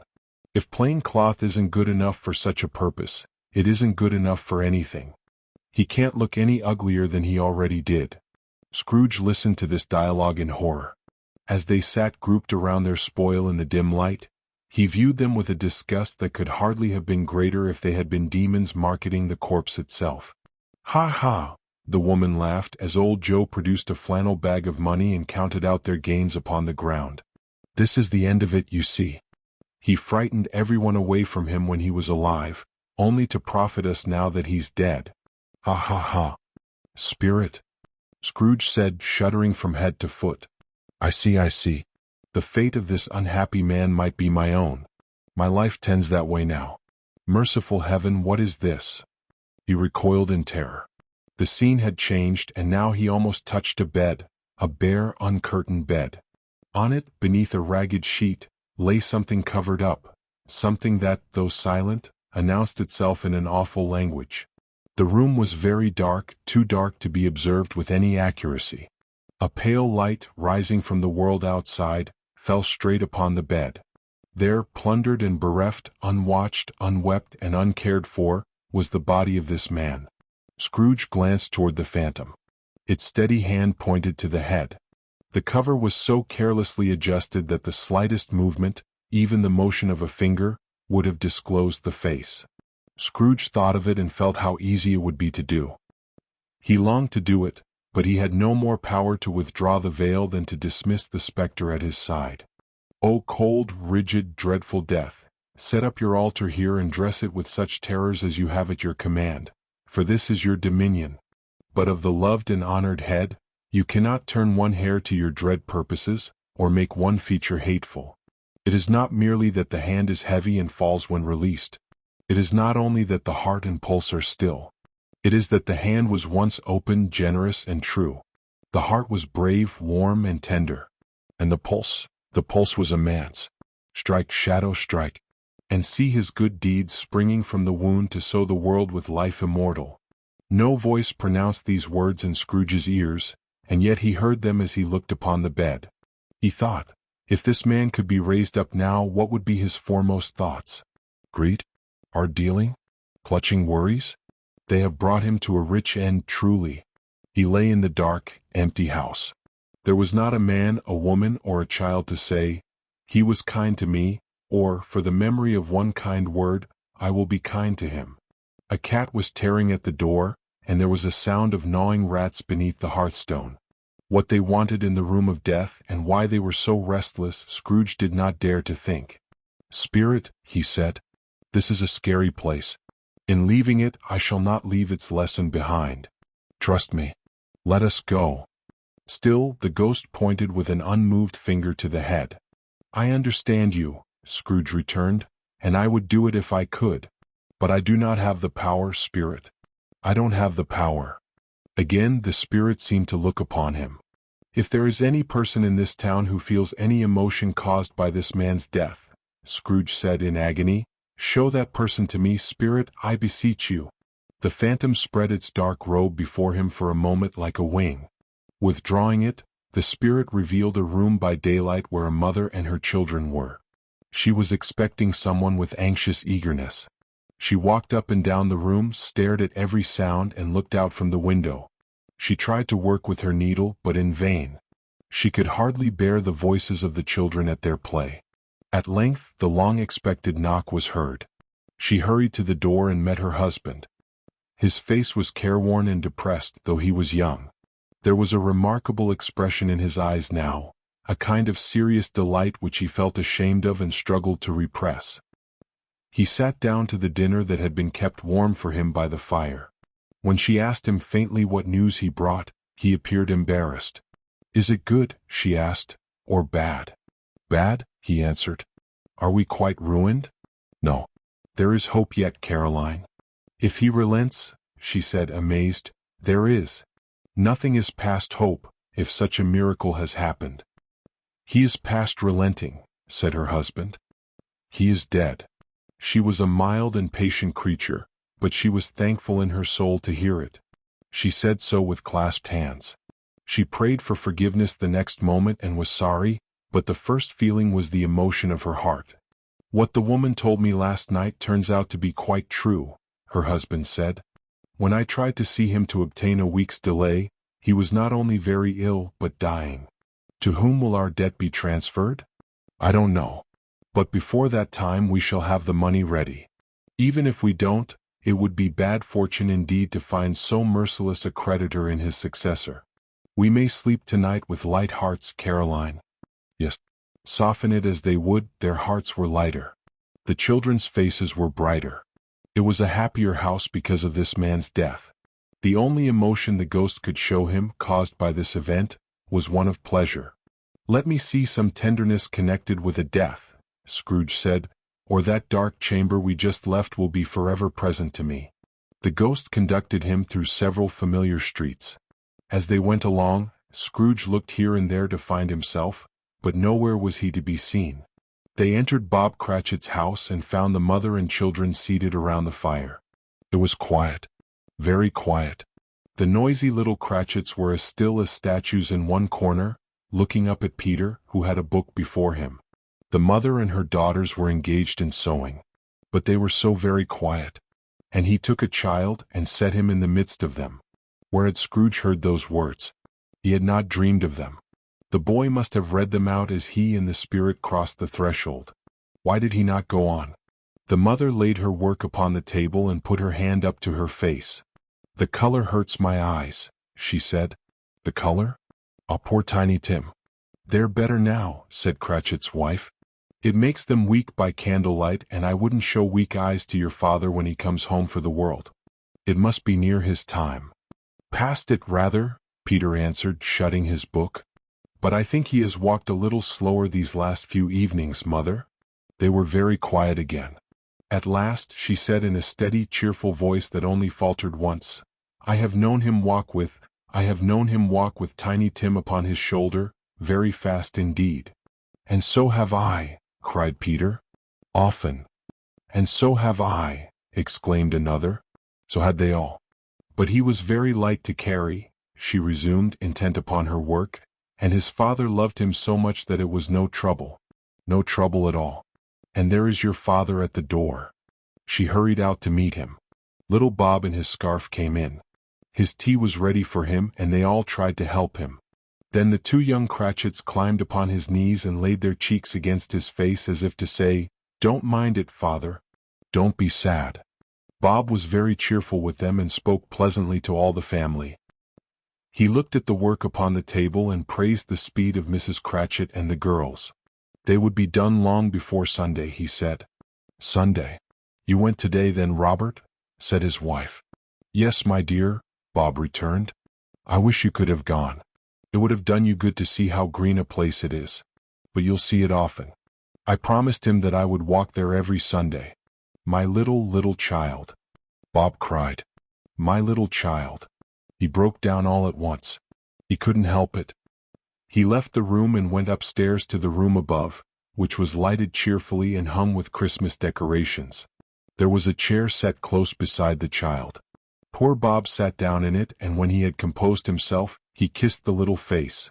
He was reconciled to what had happened and went back down quite happily. They drew about the fire and talked. Bob told them of the extraordinary kindness of Scrooge's nephew. Meeting him in the street that day, the nephew saw that Bob looked just a little down, and inquired what had happened. "I told him," Bob said, "for he is the pleasant-spoken gentleman you ever heard. He said, 'I am heartily sorry for it, Mr. Cratchit, and heartily sorry for your good wife. If I can be of service to you in any way, here is my card. That's where I live. Pray come to me.'" "I'm sure he's a good soul," said Mrs. Cratchit. "I am sure we shall forget poor Tiny Tim," Bob said, "or this first parting that was among us. And I know that when we recollect how patient and how mild he was, even though he was a little child, we shall not quarrel easily among ourselves and forget poor Tiny Tim in doing it." "No, never, father," they all cried. "I am very happy," said little Bob. "I am very happy." "Spirit," said Scrooge, "something informs me that our parting moment is at hand. I know it, but I don't know how. Tell me, what man was it whom we saw lying dead?" The ghost of Christmas yet to come conveyed him into the busy areas of the city, but showed him not himself. "This court," said Scrooge, "is where my office is and has been for a long time. I see the house. Let me behold what I shall be in the days to come." The spirit stopped, but the hand pointed elsewhere. "The house is there." Scrooge exclaimed, "Why do you point away?" The inexorable finger did not move. Scrooge hastened to the window of his office and looked in. It was an office still, but not his. The furniture was different, and the figure in the chair was not himself. The phantom pointed as before. He joined the spirit once again and accompanied it until they reached an iron gate. He paused to look around before entering. A churchyard. Here then the wretched man lay underneath the ground. It was a dark place, walled in by houses and overrun by weeds. The spirit stood among the graves and pointed down to one. "Before I draw nearer to that stone," Scrooge said. "Answer me one question. Are these the shadows of the things that will be, or are they shadows of things that may be only?" Still, the ghost pointed downward to the grave. "A man's course will foreshadow certain ends," Scrooge said. "But if those courses are changed, the ends will change. Say it is so with what you show me." The spirit was immovable. Scrooge crept toward it, trembling, and following the finger, read upon the stone of the neglected grave his own name, Ebenezer Scrooge. "Am I that man who lay upon the bed?" he cried, falling to his knees. The finger pointed from the grave to him and back again. "No, spirit. Oh no, no." The finger was still there. "Spirit," he cried, clutching at its robe. "Hear me? I'm not the man I was. Why show me this if I am past all hope?" For the first time the hand appeared to shake. "Good spirit," he pursued, falling to the ground before it. "Your nature pities me. Assure me that I yet may change these shadows by an altered life. I will honor Christmas in my heart and try to keep it all the year. I will live in the past, the present, and the future. The spirits of all three shall strive within me. I will not shut out the lessons that they teach. Oh, tell me I may wipe away the writing on this stone." In his agony he caught the spectral hand. It sought to free itself, but he was strong in his entreaty and held on. The spirit, stronger yet, repulsed him. Holding up his hands in a last prayer to have his fate reversed, he saw an alteration in the phantom's hood and dress. It shrunk, collapsed, and dwindled down into a bedpost. Stave 5 the end of it. Yes, and the bedpost was his own. The bed was his own, the room was his own. Best and happiest of all, the time before him was his own, to make amends in. "I will live in the past, the present, and the future," Scrooge repeated as he scrambled out of bed. "The spirits of all three shall strive within me." Oh, Jacob Marley! Heaven and Christmas be praised for this. I say it on my knees, old Jacob, on my knees. He was so overwhelmed and glowing with his good intentions that his broken voice could scarcely answer his call. He had been sobbing violently in his conflict with the spirit, and his face was wet with tears. "They are not torn down," cried Scrooge, folding one of his bed curtains in his arms. "They are not torn down, rings and all. They are here, I am here, the shadows of the things that would have been may be dispelled. They will be. I know they will."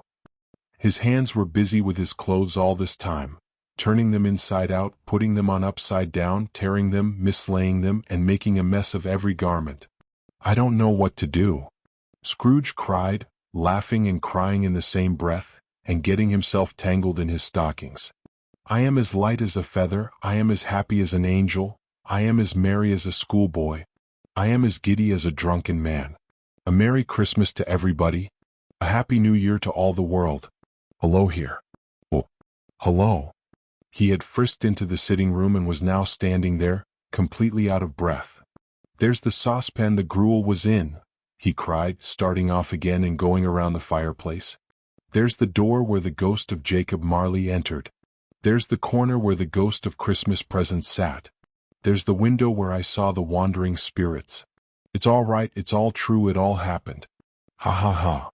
Really, for a man who had been out of practice for so many years, it was a splendid laugh. A most illustrious laugh. The father of a long, long line of brilliant laughs. "I don't know what day of the month it is," said Scrooge. "I don't know how long I've been among the spirits. I don't know anything. I'm quite a baby. Never mind. I don't care. I'd rather be a baby. Hello. Oh, hello here."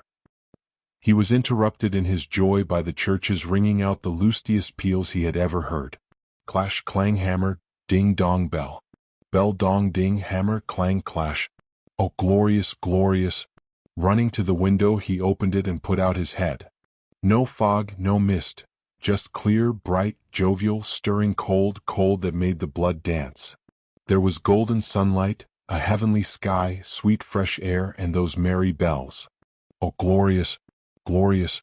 What's today? Scrooge shouted down to a boy in Sunday clothes who had paused to look at him. "Eh?" returned the boy in great wonder. "What's today, my fine fellow?" said Scrooge. "Today?" replied the boy. "Why, it's Christmas Day. It's Christmas Day." Scrooge said to himself, I haven't missed it. The spirits have done it all in one night. They can do anything they like. Of course they can. Hello, my fine fellow. Hello, returned the boy. Do you know the poultry shop in the next street but one at the corner? I should hope I did, replied the lad. An intelligent boy, said Scrooge. A remarkable boy. Do you know whether they've sold the prize turkey that was hanging there? Not the little prize turkey, the big one? What, the one as big as me? Returned the boy. What a delightful boy, said Scrooge. It's a pleasure to talk to him. Yes, my boy. It's hanging there now, replied the boy. Is it? Said Scrooge. Go and buy it. You're joking, exclaimed the boy. No, no, said Scrooge. I am in earnest. Go and buy it and tell them to bring it here so I can tell them where to take it. Come back with the man and I'll give you a shilling. Come back with him in less than 5 minutes, and I'll give you half a crown.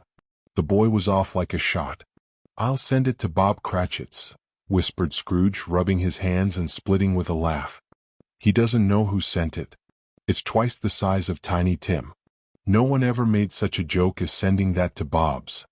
The hand in which he wrote the address was not steady, but he wrote it somehow and went downstairs to open the street door, ready for the man to arrive. As he stood there, the door-knocker caught his eye. I shall love it as long as I live, cried Scrooge, patting it with his hand. I hardly ever looked at it before.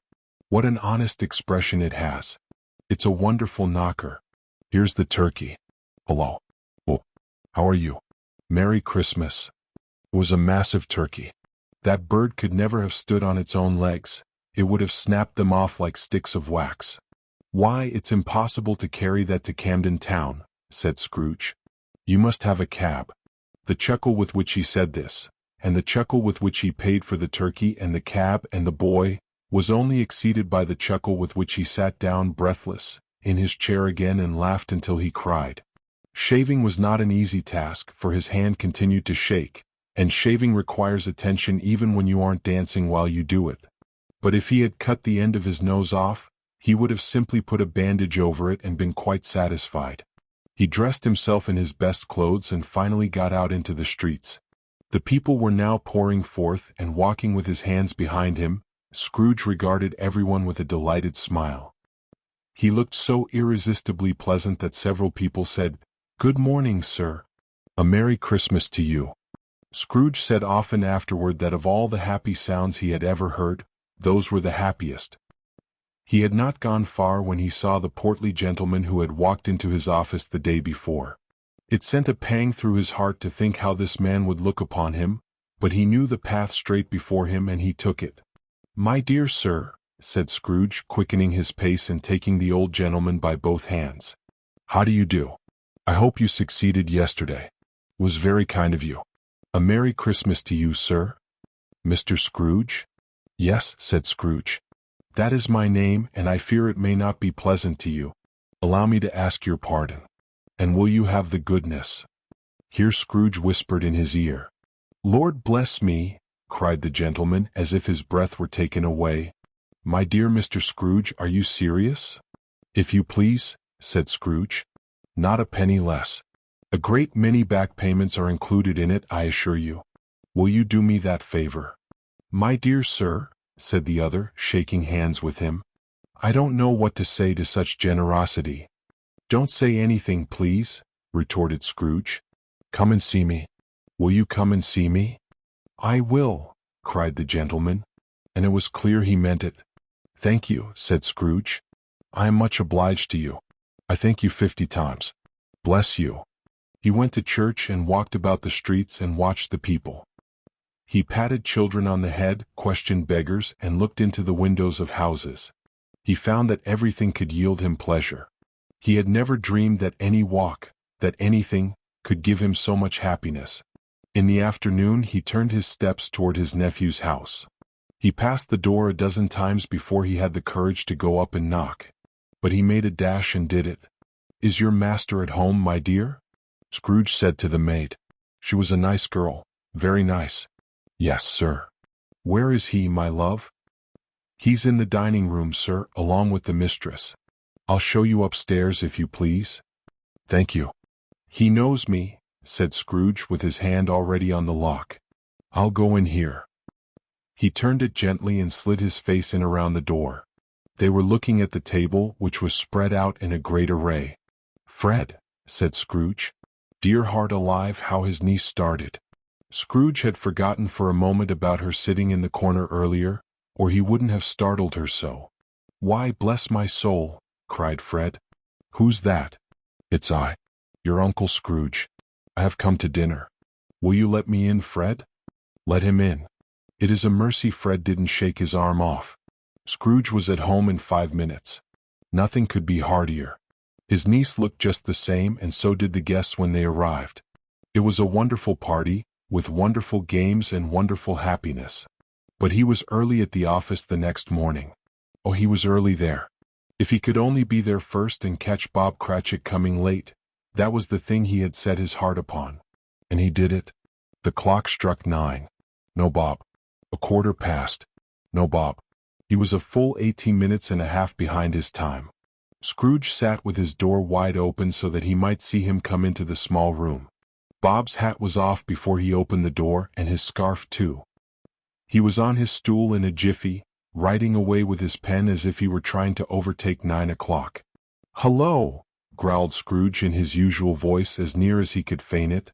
"What do you mean by coming here at this time of day?" "I am very sorry, sir," said Bob. "I am behind my time." "You are?" repeated Scrooge. "Yes, I think you are. Step this way, sir, if you please." "It's only once a year, sir," pleaded Bob, appearing from his room. "It shall not be repeated. I was making rather merry yesterday, sir." "Now I'll tell you what, my friend," said Scrooge, leaping from his stool and giving Bob such a playful poke in the waistcoat that he staggered back. "I am not going to stand this sort of thing any longer. And therefore, I am about to raise your salary." Bob trembled. He had a momentary idea of knocking Scrooge down with his ruler, holding him and calling for help. "A Merry Christmas, Bob," said Scrooge with an earnestness that could not be mistaken as he clapped him on the back. "A merrier Christmas, Bob, my good fellow, than I have given you for many a year. I'll raise your salary and endeavor to assist your struggling family. We will discuss your affairs this very afternoon over a bowl of hot spiced wine, Bob. Make up the fires and buy another coal scuttle before you dot another Bob Cratchit." Scrooge was better than his word. He did it all and infinitely more. To Tiny Tim, who did not die, he was a second father. He became as good a friend, as good a master, and as good a man as the good old city knew. Some people laughed to see the change in him, but he let them laugh and ignored them. He was wise enough to know that nothing good ever happens on this globe without some people laughing at it first. Knowing that such people would be blind anyway, he thought it just as well that they should wrinkle their eyes in grins rather than have their blindness in less attractive forms. His own heart laughed, and that was quite enough for him. He had no further dealings with spirits, and it was always said of him that he knew how to keep Christmas well, if any man alive possessed the knowledge. May that be truly said of us and all of us. And so, as Tiny Tim observed, God bless us, everyone.